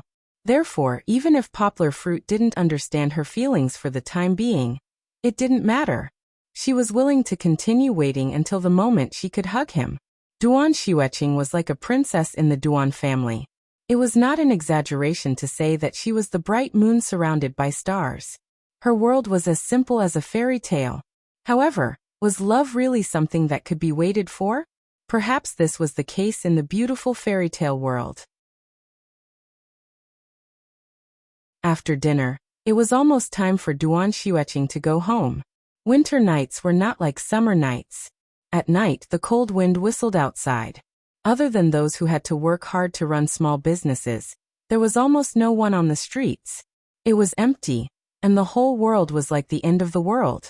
Poplar Fruit put the sleeping Kiki in the crib, put on his coat, and sent Duan Shiweqing to the entrance of the neighborhood to take a taxi. After getting out of the elevator and walking downstairs, Duan Shiweqing pointed at a few bedboards piled up downstairs and said to Poplar Fruit, "What's wrong with this?" Poplar Fruit looked at it and smiled. "Oh, this. I heard that a tenant on the third floor is not living there recently. He's been moving these days." He casually touched the dismantled bedboard. It seemed to be new. Then he scratched his head and said, "It seems to be new. Could it be that it doesn't belong to that tenant?"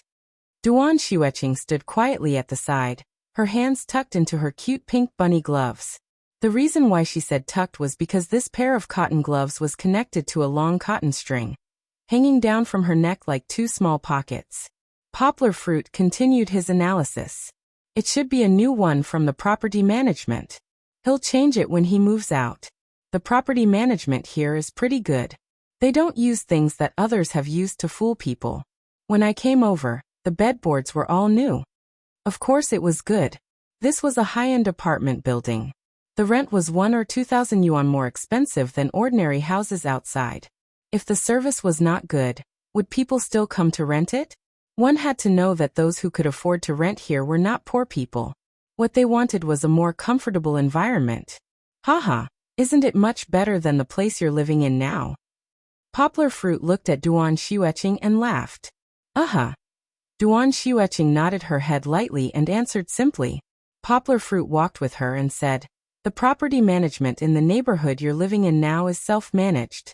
Those uncles and aunties look good, but in terms of business model, they're much worse than professional property management companies. But it doesn't matter. Think about it, you only have a few dozen yuan a month in property management. But if the neighborhood can be clean, the street lights, security, and so on are okay, that's enough, right?" Poplar Fruit talked a lot. When he stopped for a moment, Duan Shiweqing suddenly stopped and said softly, "This place is really good." Youngwa didn't know why Duan Shiweqing was standing there. She turned around and saw that under Duan Shiweqing's neat bangs, a pair of beautiful eyes were shining in the dark night sky, as if there was some kind of emotion flowing within them. "How about I rent it too?" Duan Shiweqing hesitated and asked tentatively. Although Duan Xueqing's words were very vague, Poplar Fruit still understood. Duan Xueqing meant that she also wanted to rent a place with such a good environment. Okay. Poplar Fruit smiled and said, if you rent it, we'll be close and we can take care of each other. Moreover, if you come over, we can even work together. Look at that guy Song Jiwen, he comes over every day to eat and drink. Look at how fat he is. Feeling that this example was not right, he added, I'm not saying that you can eat and drink. I think that eating together is also a very happy thing. Duan Xueqing nodded seriously. She was so happy that her eyes curved. In fact, eating was only one aspect. Duan Xueqing hoped that after moving over, she could be closer to Poplar Fruit. She did not have to see him every once in a while, and she did not have to rely on Poplar Fruit's warm smile to get through the cold winter. Poplar Fruit waved his fist and said with a smile, but the rent here is not cheap. If you want to rent a place here, you really have to work hard and earn more money. The night wind was getting stronger and stronger. Duan Xueqing's hair fluttered in the wind, and her face was red from the cold. She did not hear what Poplar Fruit said at the end and just nodded. The weather was getting colder and colder. Poplar Fruit waved at Duan Xueqing and asked her to hurry up. Duan Xueqing covered the scarf around her neck and quickly followed Poplar Fruit. When can I be held by him, or even hugged? That way, no matter how strong the wind is, no matter how cold the night is, it will not be scary.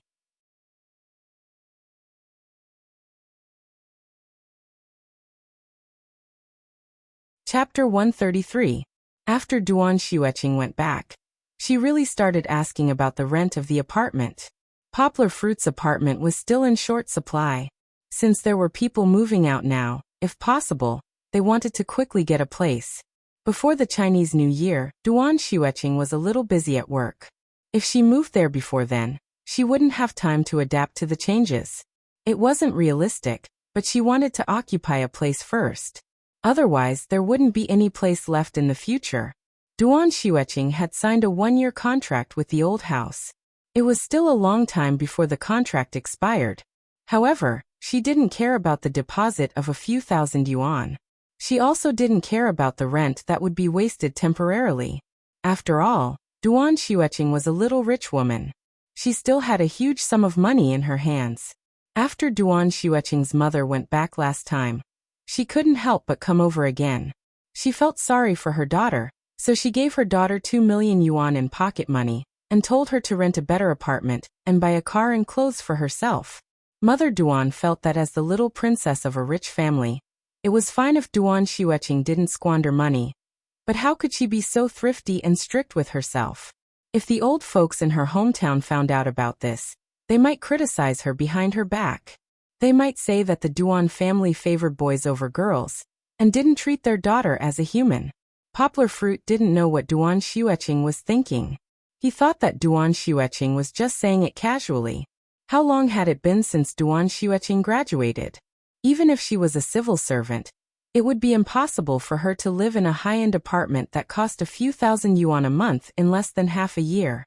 She wasn't like Song Jiwen, who was the second generation of a government official. Her family didn't give her money to support her. He didn't know that Duan Xueqing wasn't the second generation of a government official, but she was a rich second generation who was richer than the second generation of a government official. Song Jiwen only had a little bit of money, but Duan Xueqing was the real deal. The pocket money her family gave her every year was enough to buy a house in Yangcheng. In any case, Poplar Fruit didn't pay too much attention to the development of this matter. He was actually very busy. Although he was a freelancer, there were still a lot of miscellaneous matters. As soon as he brought Kiki to the hospital for a checkup, Zhang Yujie called him. Little Guozi, just as the phone was placed next to her ear, Zhang Yujie's long and sweet voice sounded from the speaker. Big sister has been busy these past few days. If I don't call you, you won't call big sister? I'm so sad. After returning from Beijing, Zhang Yujie called Poplar Fruit more often. She called Poplar Fruit almost every 1 or 2 days. The reason was that she wanted to keep in touch with Poplar Fruit, who was a powerful translator. As for the content of the call, it was never about this topic. Zheng Yujie would tell Poplar Fruit about all the interesting things that happened to her in the past few days. Life, work, and even what she saw on the news became the topic of conversation between her and Poplar Fruit. Zheng Yujie's ability to chat was much better than Duan Xueqing's. Duan Xueqing was very cold and didn't like to chat for long periods of time. She would even use words like and oh to replace the actual content of her answers. So sometimes Poplar Fruit and her chat would turn into staring at each other. Duan Xueqing liked this feeling, but Poplar Fruit didn't care. Zheng Yujie was different. This Beijing girl also had the characteristics of Beijing people who were particularly talkative. She talked endlessly, but she also paid attention to other people's feelings. So when Poplar Fruit talked to her on the phone for almost an hour, he didn't feel impatient at all. The onlooker sees more clearly than the person involved. Poplar Fruit didn't feel anything special. He treated Zheng Yujie with the attitude of a friend. But if there was a third person listening to them, they would be amazed at the wonderful relationship between the two of them. They were one step closer than friends, but they were still far away from being lovers. Maybe if Zheng Yujie didn't take the initiative, they might not even be able to take this step. However, Zheng Yujie's sweet tone really gave Poplar Fruit goosebumps. In Poplar Fruit's impression, she had always been a short-haired, capable and straightforward queen. Now it seemed that this queen was also a changeable queen. Please speak human language, Miss Zheng Yujie. After the two of them became familiar with each other, Poplar Fruit talked to her quite casually. Humph. Zheng Yujie snorted lazily to express her dissatisfaction. Her voice was so languid that Poplar Fruit could imagine her curling up in the warm quilt and pouting. I need you to help me with some ideas. Zheng Yujie changed back to her normal tone. Poplar Fruit asked curiously, what ideas?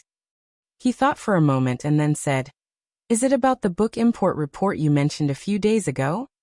Zheng Yujie told him that at the end of the year, Dongxin Publishing not only had to do the annual summary and take stock of the publishing and income of the publishing house for the year, but also start to prepare the publishing plan for the next year. For Dongxin Publishing, the import of foreign books was the most important, and the book import report at the end of the year was also very important, which was related to the income of the next year. Although it was just a plan, and the decision was still in the hands of the chief editor and the president, every deputy chief editor needed to discuss a series of books with their subordinates. And Zheng Yujie, the new deputy chief editor, was no exception. Yes, this plan is driving me crazy, Zheng Yujie said helplessly. She didn't pretend in front of Poplar Fruit like before. Poplar Fruit didn't care, so she was more willing to be herself. You want me to recommend a few books for you? Poplar Fruit said with a headache. I don't understand the operation of the publishing house, and my suggestions are not as good as your colleagues. Who said that I need your recommendations? My plan is almost finished, Zheng Yujie said. Now I just need a book to be the main title. I have an idea about this, but I am worried that this book won't sell well. I just want you to give me some advice. What book? Poplar Fruit asked curiously. Teenage Pie's Fantasy Drift, Zheng Yujie said. Oh, it's this book, Poplar Fruit said suddenly. Have you read it? Zheng Yujie asked curiously. Poplar Fruit said with a smile. I haven't read it, but I have heard about it. Of course he had heard about it. Poplar Fruit didn't read every foreign book, but in order to understand the current situation of foreign books and some classic works, he still read a lot of publishing reports. With his memory, of course, he could still remember this foreign language book that had appeared repeatedly in many media outlets. 8 or 9 years ago, this book was very popular abroad. Poplar Fruit explained. Not only that, this book also won a lot of important awards, such as the 2002 Booker Prize in England, the 2002 Best Book on Amazon.com, the Big Apple Times Outstanding Book of the Year, Publishers Weekly's Best Book of the Year, Rocky Mountain Times Best Novel of the Year, and in 2004 it won the German Book Award. That's not right, Poplar Fruit asked doubtfully. This book has been famous for so long, how could it not be published by a domestic publishing house? Zheng Yujie said with a wry smile. Yes, Yilin Publishing House has introduced this book before, but it didn't sell well, and the results were not ideal. Until now, only one edition has been published. That's possible. Poplar fruit analyzed for Zheng Yujie. Not every book suits the taste of our people. This book seems to be a bit of an absurd fantasy story, and domestic readers may not be able to accept it. Well, that's true, Zheng Yujie said. I chose this book mainly because a few days ago, I got a message through a private channel. She paused and asked, do you know Lian, the director of Crouching Tiger, Hidden Dragon? Of course, Poplar Fruit said with a smile. How could I not know? He's the best director in the Chinese community. A few years ago, he won the Oscar for Best Director for Brokeback Mountain. He's preparing to make a movie based on this book. Zheng Yujie suddenly threw out a big piece of information. Don't tell anyone. This matter is still being kept a secret. Lian is going to make a movie about a young PI's fantasy? Poplar Fruit said in surprise. Then this book is different. Yes, no matter how the book's sales were before, Lian's movie will increase its sales. Zheng Yujie said, however, if we only borrow Lian's influence, it can't become our main book.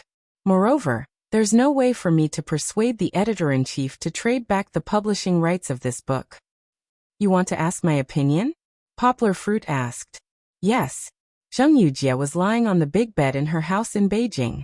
She crossed her legs and said, I sent you a book written by the original author and a translator. Take a look. If I translate it for you, can you make this book so popular that everyone wants to read it? Everyone wants to buy it. There are so many publishers and translators in Beijing. Why did you come all the way to find me to give you an idea? Poplar Fruit asked with a smile. Because you're handsome, Zheng Yujie said casually. Ah. Okay, I'll stop teasing you, Zheng Yujie said seriously. I haven't told anyone about this. There are so many people, but you're the one I trust the most, so I came to you. Why? Are you still not willing to help?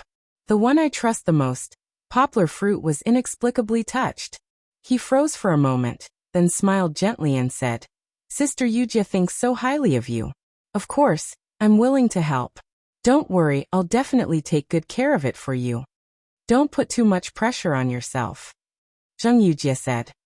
It's not that I have to choose Teenage Pie's Fantasy Drifting as my main book. It's just that it's a rare opportunity to catch up with Lian to make a movie about this book. Zheng Yujie said. If we can make this book that has been banished into the cold palace a bestseller again, it'll be a good result for us. But if this book can't be saved, and you decide that it's not our country's cup of tea, then it doesn't matter. I can continue to look for it. Zheng Yujie laughed. It's not a big deal, right? She also wittily used the classic lines that she said on the Spring Festival Gala in Shenyang 2 years ago. Poplar Fruit was amused by her imitation of a strong northeastern accent. After a long time he stopped and said, Okay, I'll help you take a look. You also take care of your body. Don't work too hard. Before hanging up the phone, Poplar Fruit finally warned Zheng Yujie. There was a beep-beep sound from the phone. Zheng Yujie held the phone in front of her chest and didn't put it down for a long time.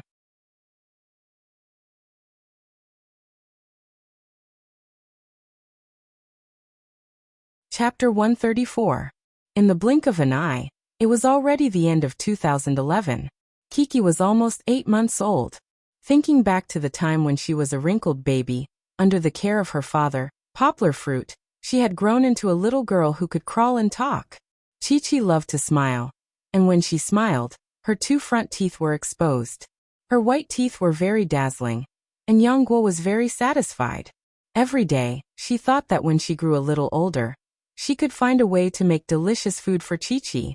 Today was the 22nd of December, Kiki's first winter solstice. In the past, Poplar Fruit would go to Song Jiwen's house for a meal. This year he couldn't. Because there was an old man in his family who was sick, Song Jiwen and his family went back to their hometown to visit. Therefore, they didn't come back to Yangcheng for the winter solstice. Poplar Fruit originally planned to cook something simple for himself.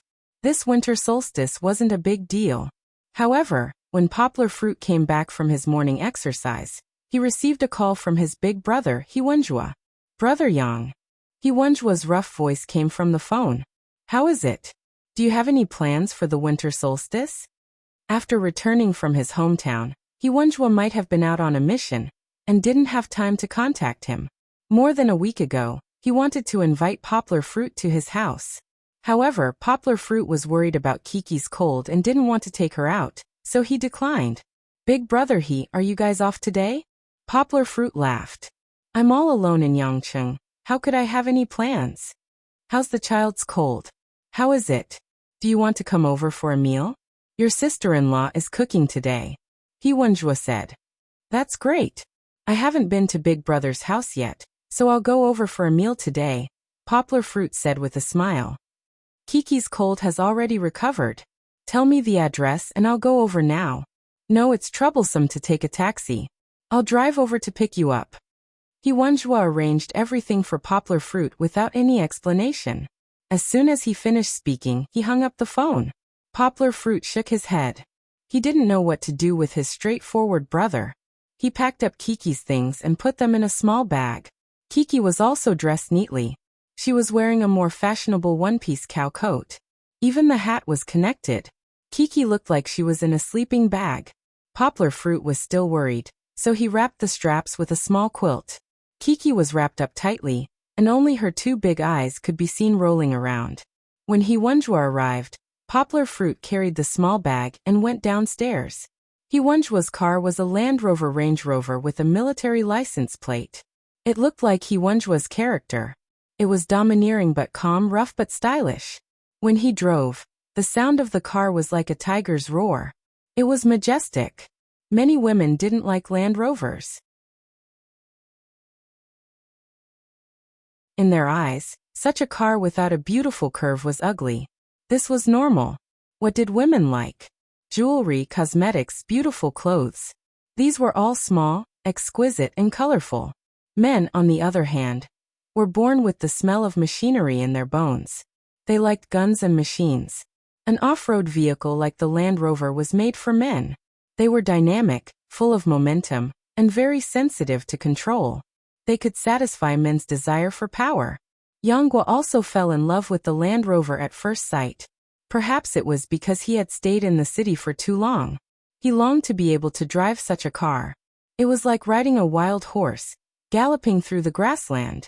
Even if he couldn't drive it, to be able to drive such a huge car was also a great pleasure for a man. When Kiki grows up, I'll buy a Land Rover too.